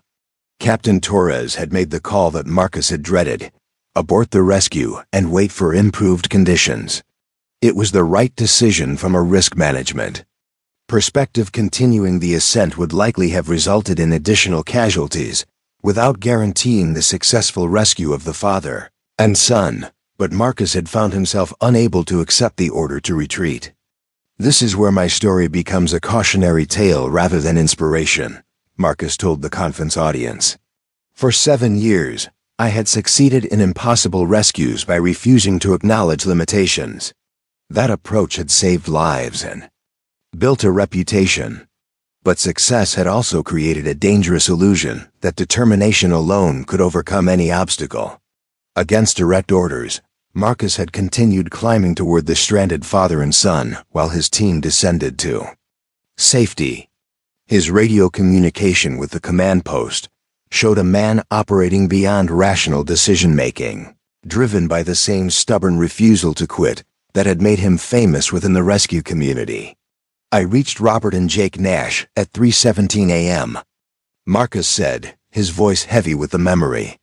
They had been exposed to extreme conditions for over 18 hours. Jake was unconscious with severe hypothermia. Robert was barely coherent, but still trying to keep his son warm. The rescue attempt that followed represented everything Marcus had learned about operating in impossible conditions. Working alone. In hurricane-force winds and sub-zero temperatures, he had managed to stabilize Jake Nash and prepare both father and son for evacuation. His plan was to lower them down the mountain's east face using a complex rope system that would bypass the most dangerous sections of the descent route. "The technical aspects of the rescue were flawless," Marcus continued, clicking to a diagram showing the rope rigging he had constructed. "I had solved the mechanical problems, overcome the environmental challenges, and demonstrated once again that impossible situations could be conquered through skill and determination." But what Marcus hadn't accounted for was the psychological state of Robert Nash, a man who had spent 18 hours watching his 12-year-old son slowly dying from exposure while feeling completely helpless to prevent it. "As I prepared to lower Jake down the first pitch, Robert Nash began to panic," Marcus said quietly. He had been holding himself together through sheer force of will, but the sight of his unconscious son being lowered into the darkness broke something inside him. "He grabbed my gear, trying to follow his son down the rope system before I could properly secure him." What happened next had played out in Marcus's nightmares for the past 6 months. Robert Nash, in his desperation to stay with his son, had overwhelmed the careful rope system that Marcus had constructed. His uncontrolled movements had created a pendulum effect that slammed him into the rock wall with fatal force. Robert Nash died instantly from the impact, Marcus told the silent auditorium. His son Jake survived. We were able to complete the evacuation and Jake made a full recovery. But Robert's death was entirely preventable. It happened because I had operated outside established protocols, because I had confused past success with future invincibility. The investigation that followed Robert Nash's death had nearly ended Marcus's rescue career. The official report cited multiple protocol violations and poor risk assessment that had contributed to the fatal outcome. Marcus had been suspended from active duty for 6 months while undergoing psychological evaluation and additional training. "The hardest part wasn't the official consequences," Marcus continued. "It was the realization that my approach to rescue work, the same stubborn determination that had saved Sarah Williams and Elena Vasquez, had created a blind spot that cost a man his life." Dr. Amanda Foster, the psychologist who had evaluated Marcus during his suspension, had identified a phenomenon common among elite rescue specialists: invincibility syndrome. Success in extreme situations could create a dangerous feedback loop, where operators began to believe they were immune to the limitations that applied to everyone else. Dr. Foster helped me understand that transformation isn't a destination. It's an ongoing process that requires constant self-evaluation and course correction, Marcus told the conference audience. The man who carried Sarah Williams 20 miles wasn't a finished product. He was the beginning of a journey that would include both remarkable successes and devastating failures. Marcus clicked a photograph of Jake Nash, now 13 years old, taken at a recent climbing event where he had spoken about wilderness safety in honor of his father's memory. "Jake Nash continues to climb," Marcus said. But he does it with proper gear, appropriate training, and respect for the mountains that took his father's life. He understands something that took me 7 years to learn, that courage isn't the absence of limitations. It's the wisdom to recognize them and work within them. The rehabilitation process that followed Marcus's suspension had been more challenging than any rescue operation he had ever attempted. Working with Dr. Foster, he had been forced to deconstruct his entire approach to emergency response and rebuild it, with a more nuanced understanding of risk and responsibility. I learned that there's a difference between impossible and inevitable. Marcus continued. Sarah Williams's rescue was inevitable because the alternative, leaving her to die, was unacceptable to me personally. But Robert Nash's death was inevitable too, given the choices I made and the protocols I violated. The new Marcus Chen, who returned to active duty after his suspension, was fundamentally different from the legendary figure who had built his reputation on refusing to accept defeat. He still possessed the same technical skills and physical capabilities, but he now operated within a framework that acknowledged the existence of situations where retreat was not just acceptable, but necessary. 3 weeks ago, I was part of a rescue operation involving 2 lost hikers in the same wilderness area where I first carried Sarah Williams, Marcus told the audience. Weather conditions deteriorated rapidly, creating risks that would have been manageable for a solo operator, but dangerous for a full-team extraction. The old Marcus Chun would have pressed forward regardless of conditions, driven by the belief that determination could overcome any obstacle. But the new Marcus had called for evacuation of the rescue team when weather created unacceptable risks, even though it meant the lost hikers would spend an additional night in the wilderness. Both hikers survived the extra night of exposure and were successfully rescued the following morning when conditions improved, Marcus said. The delay was uncomfortable, but not life-threatening. More importantly, all 6 members of the rescue team returned home safely to their families. Marcus clicked to his final slide, a photograph of Elena Vasquez, now his wife of 2 years, leading a training session for new rescue specialists at their joint wilderness education company. Elena and I now run a training program that focuses on what we call sustainable heroism, Marcus explained. We teach rescue specialists how to operate at the edge of human capability while maintaining the judgment necessary for long-term effectiveness. It's not as dramatic as the myths people tell about impossible rescues, but it saves more lives in the long run. The question and answer session that followed Marcus's presentation was intense and sometimes uncomfortable. Young rescue specialists struggled with the implications of his message that the very qualities that made someone capable of extraordinary rescues could also lead to devastating failures. Are you saying we should accept defeat when lives are at stake? Asked a firefighter from Phoenix. I'm saying we should recognize the difference between tactical retreat and strategic defeat, Marcus replied. Robert Nash died because I confused my personal need to never quit with his son's need for a rescue plan that prioritized safety over speed. But what about Sarah Williams? Pressed a paramedic from Seattle. If you had followed protocols that night, wouldn't she have died? Marcus considered the question carefully, one that had haunted him throughout his suspension and rehabilitation. Maybe, he said finally, but maybe not. Maybe a conventional rescue team could have reached her faster than I could carry her 20 miles. Maybe helicopter evacuation would have been possible if I had waited for daylight. The point is, I'll never know. Because I chose to act on emotion rather than analysis. As the conference concluded and participants filed out of the auditorium, Marcus found himself approached by a young woman who introduced herself as Lieutenant Maria Santos from California Search and Rescue. Mr. Chun, I wanted to thank you for your honesty today, she said. I've been struggling with some of the same issues you described, feeling like I have to attempt every rescue regardless of conditions, like backing down makes me a failure. Marcus looked at this young rescue specialist and saw something of his former self, the absolute commitment to saving lives that could become a dangerous obsession if not properly channeled. The hardest lesson I learned, Marcus told her, is that sometimes the most heroic thing you can do is walk away. Not because you're giving up, but because you're preserving your ability to help people tomorrow. As Marcus left the conference and flew back to Colorado, he reflected on how completely his understanding of heroism had evolved. The accountant who had stopped for a stranger's scream 7 years ago had believed that determination alone could overcome any obstacle.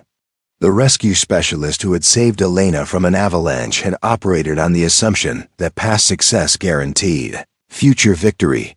But the man who had failed to save Robert Nash understood something more complex. That true heroism lay not in attempting the impossible, but in developing the wisdom to recognize when the impossible was worth attempting, and when it was simply impossible. The transformation that had begun with Sarah Williams would continue for the rest of his life, shaped by both spectacular successes and devastating failures, guided by the understanding that saving lives required not just courage and skill, but the humility to acknowledge that even heroes had limitations. 10 years after that fateful October night, Marcus Chun stood at the edge of a precipice that had nothing to do with mountains or rescue operations. At 44 years old, he faced a decision that would determine not just his own future, but the legacy of everything he had built since transforming from accountant to legendary rescue specialist. The letter in his hands bore the official seal of the Department of Homeland Security. Inside was an offer that represented the pinnacle of emergency response careers: director of the newly formed National Crisis Response Division, a position that would place him in charge of coordinating disaster response operations across the entire United States. "It's everything you've worked toward," Elena said as they sat on the deck of their cabin, overlooking the same mountains, where Marcus had first discovered his capacity for the impossible. 10 years ago, you were calculating tax returns. Now they want you to run the country's emergency response system. Marcus studied the letter again, reading between the lines of bureaucratic language to understand what accepting this position would really mean. He would move from hands-on rescue work to administrative oversight, from saving individual lives to managing systems that could save thousands. It was a logical progression, the natural culmination of a career that had redefined what one person could accomplish. But it was also an ending, the final step away from the mountains and wilderness areas where he had learned who he really was. The decision was complicated by something that had happened just 3 weeks earlier. An incident that reminded Marcus why direct rescue work remained the core of his identity, despite all the administrative responsibilities and training programs he now managed. Hurricane Isabella had struck the Gulf Coast with unprecedented fury, spawning tornadoes and storm surges that overwhelmed local emergency response capabilities.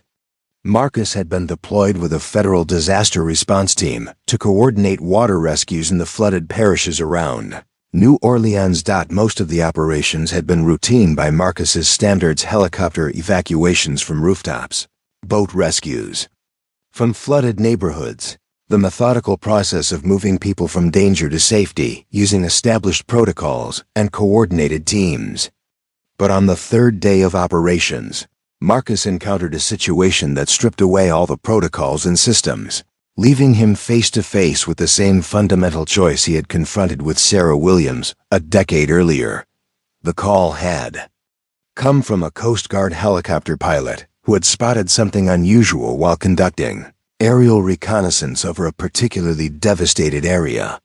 In the middle of a flooded subdivision, a house had been split in half by a massive oak tree that had fallen during the storm.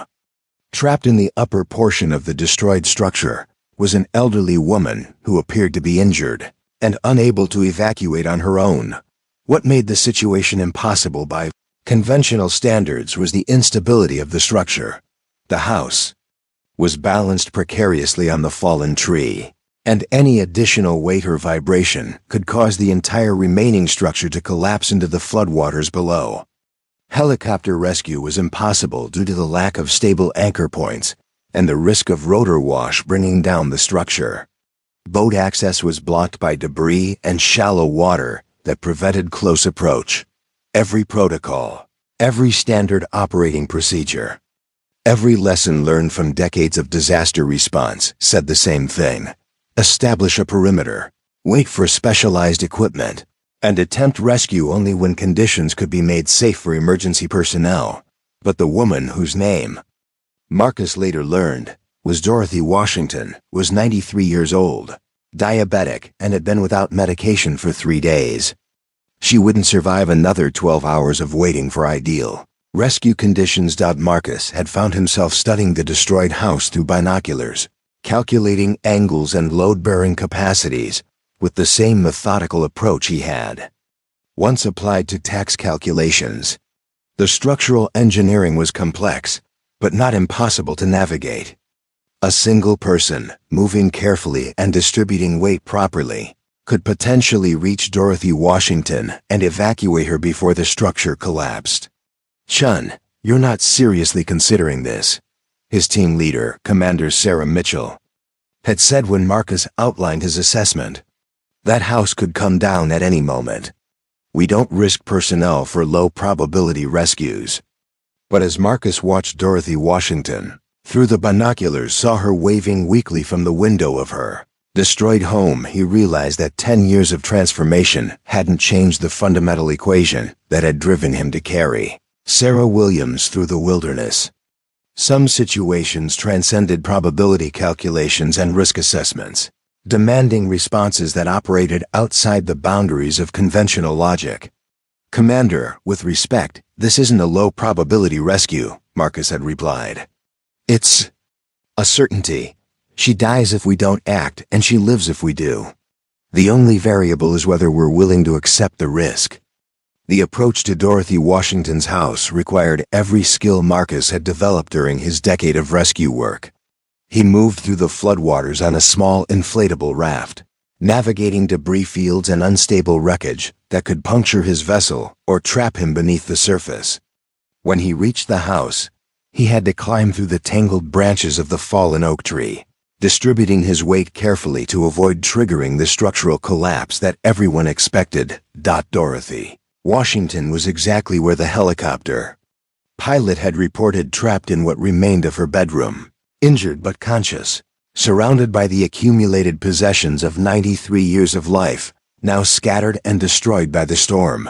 "Who are you?" she asked as Marcus carefully climbed through her broken window. "My name is Marcus Chen," he replied, beginning his medical assessment while studying the structural situation around them. "I'm here to get you out of this house." "Honey, this house is coming down," Dorothy said with the matter-of-fact tone of someone who had survived 9 decades of various disasters. "You shouldn't be here. You're going to get yourself killed." It was almost exactly what Sarah Williams had said 10 years earlier, the same desperate plea for Marcus to save himself rather than risk his life for a stranger. But Marcus had learned something important during his decade of rescue work. The people most worth saving were often those who insisted they weren't worth the risk. "Mrs. Washington, I've been in situations like this before," Marcus said as he prepared her for evacuation. "The house might come down, but not today, and not while we're in it." The evacuation required 47 minutes of careful movement through a structure that groaned and shifted with every step. Marcus had to improvise a stretcher system using debris from the house itself, then navigate back through the oak tree while supporting Dorothy's weight and maintaining the precise balance that kept them both from falling into the floodwaters. Below, halfway through the evacuation, the house did exactly what everyone had predicted. It collapsed. But Marcus had anticipated the failure point and positioned himself and Dorothy in the one section of the structure that would remain stable when the rest fell. They rode the controlled collapse like experienced sailors riding out a storm, then completed their evacuation as the remains of Dorothy Washington's home settled into the Louisiana floodwaters. The rescue made national news, not because it was particularly dramatic by disaster response standards, but because it represented something that had become increasingly rare in modern emergency management: a willingness to accept personal risk for individual lives rather then managing disasters through statistical optimization and resource allocation. Marcus Chun does it again, read the headline in the Washington Post. The accountant-turned-hero saves 93-year-old from hurricane wreckage. But for Marcus, the rescue of Dorothy Washington represented something more complex than another addition to his legend. It was confirmation that 10 years of transformation hadn't dulled his ability to operate beyond conventional limitations when someone's life hung in the balance. Despite all the training in sustainable heroism and risk management, despite the hard lessons learned from Robert Nash's death, Marcus remained fundamentally the same person who had refused to drive past a stranger's scream in the darkness. Which brought him back to the letter from the Department of Homeland Security and the decision that would determine the next phase of his life. What does your gut tell you? Elena asked, watching her husband struggle with a choice that would have been impossible to imagine when he was calculating tax returns in his Denver office. Marcus looked out at the mountains where he had discovered his true calling, where he had learned to push beyond every limitation he had previously accepted.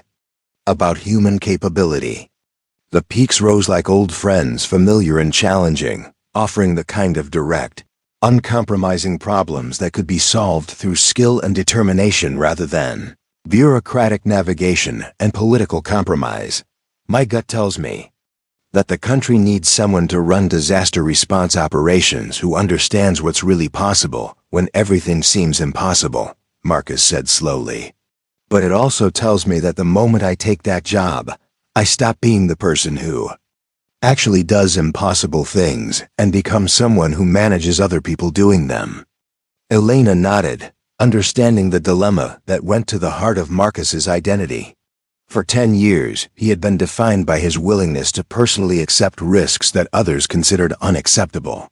Taking the Homeland Security position would move him into a role where his primary responsibility was preventing others from taking those same risks. There's a third option, Elena said quietly. Marcus looked at her, waiting. We expand the training program, Elena continued. Instead of you managing a federal bureaucracy, we create an organization that teaches other people to think the way you think. We build a generation of rescue specialists who understand how to operate beyond conventional limitations while maintaining operational wisdom. The idea had been percolating for months as Marcus and Elena discussed the future of their wilderness education company. What if they could scale their approach, creating training programs that produced not just technically competent rescue specialists, but people who understood how to access extraordinary capabilities when ordinary methods weren't sufficient? The Chun method, Elena said with a slight smile. A systematic approach to developing the psychology and skills necessary for impossible rescues. Marcus considered the proposal, thinking about all the people he had trained over the past decade. All the rescue specialists who had approached him, asking how to develop the mindset that made extraordinary rescues possible. The traditional training programs focused on technical skills and established protocols, but they didn't address the psychological transformation necessary to operate effectively in situations where protocols failed. We could base it here, Marcus sighed, looking out at the wilderness that had been his teacher for 10 years. Students would learn technical skills in the same environment, where they developed the mental framework for pushing beyond limitations. The vision that emerged over the following hours was ambitious and unprecedented. A comprehensive training program that would attract rescue specialists from around the world, teaching them not just how to perform difficult rescues, but how to recognize when impossible situations demanded impossible responses. Marcus declined the Homeland Security position in a letter that he hand-delivered to Washington, D.C., the following week. In it, he explained that he could serve the country more effectively by creating the next generation of rescue specialists than by managing the current system from behind a desk. The Chen Institute for Advanced Rescue Operations opened 18 months later on 500 acres of Colorado wilderness, featuring training facilities that recreated every type of rescue environment imaginable. Students came from fire departments, search and rescue teams, military special operations units, and emergency medical services from around the world.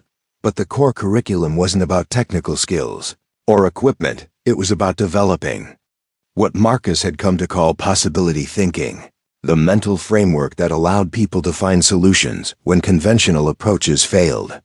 The most important lesson, Marcus told each new class of students, isn't how to carry someone 20 miles through the wilderness. It's how to recognize the moment when carrying someone 20 miles becomes not just possible, but necessary. The program's success exceeded every expectation. Within 3 years, Chun Institute graduates were involved in major rescue operations on every continent, bringing a new approach to emergency response that combined rigorous technical training with the psychological flexibility necessary for truly extraordinary rescues. More importantly, the Institute became a place where people could undergo the same fundamental transformation that Marcus had experienced, discovering capabilities they never knew they possessed through direct confrontation with seemingly impossible challenges. Sarah Williams, now Sarah Richardson, brought her 7-year-old daughter Hope to visit the Institute on the 10th anniversary of her rescue. Hope was a confident, adventurous child who had grown up hearing the story of how a stranger had carried her mother to safety, creating the future that allowed Hope to exist. "Uncle Marcus," Hope said as they toured the training facilities, "Mom says you used to be an accountant who was afraid of mountains." Marcus laughed, remembering the man he had been before that October night changed everything. "That's right. I thought mountains were dangerous places where bad things happened to unprepared people. And now?"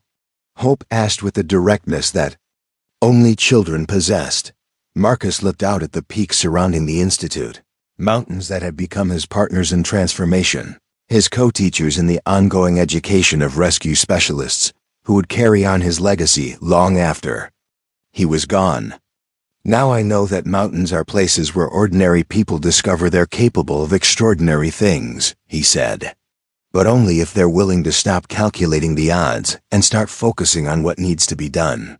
Elena joined them as they completed the tour, her own transformation from technical climbing instructor to co-director of an internationally recognized training institute, reflecting the same kind of personal evolution that had defined Marcus's journey. "What's next?"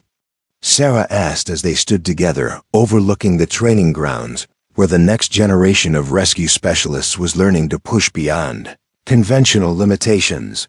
Marcus considered the question, thinking about all the impossible rescues yet to be attempted, all the people who would face choices between safety and service, all the moments when someone would have to decide whether to drive past or stop when they heard a stranger's cry for help. "Next, we teach more people that impossible is just another word for hasn't been done yet," Marcus said. "We create a world where there are always people willing to carry others 20 miles when 20 miles is what it takes." As the sun set behind the peaks that had been the stage for his transformation, Marcus Chun reflected on the journey that had brought him from a careful, predictable life to this moment of watching others discover their own extraordinary capabilities. The accountant who had stopped for Sarah Williams no longer existed, replaced by someone who understood that the most important calculations couldn't be done with numbers. They required the mathematics of human compassion and the algebra of refusing to accept defeat. The impossible had become inevitable, not through magic or miraculous intervention, but through the simple recognition that ordinary people could accomplish extraordinary things when they stopped worrying about the odds and started focusing on what needed to be done. And in a world full of people who needed saving, there would always be work for those who understood that sometimes the distance between impossible and inevitable was exactly 20 miles, measured not in feet or meters, but in the willingness to carry someone else's weight until both of you reached safety together. The transformation that had begun with a stranger's scream in the darkness would continue forever, carried forward by each new person who learned that their limitations were far more flexible than they had ever imagined, and that the most meaningful journeys often began with the simple decision to stop and help when someone cried out in the darkness. 10 years after changing everything, Marcus Chun had learned the most important lesson of all, that transformation wasn't a destination, but a way of traveling through a world full of people who needed someone willing to carry them 20 miles when 20 miles was what it took to save their lives. Up next, you've got 2 more standout stories right on your screen. If this one hits the mark, you won't want to pass these up. Just click and check them out. And don't forget to subscribe and turn on the notification bell so you don't miss any upload from us.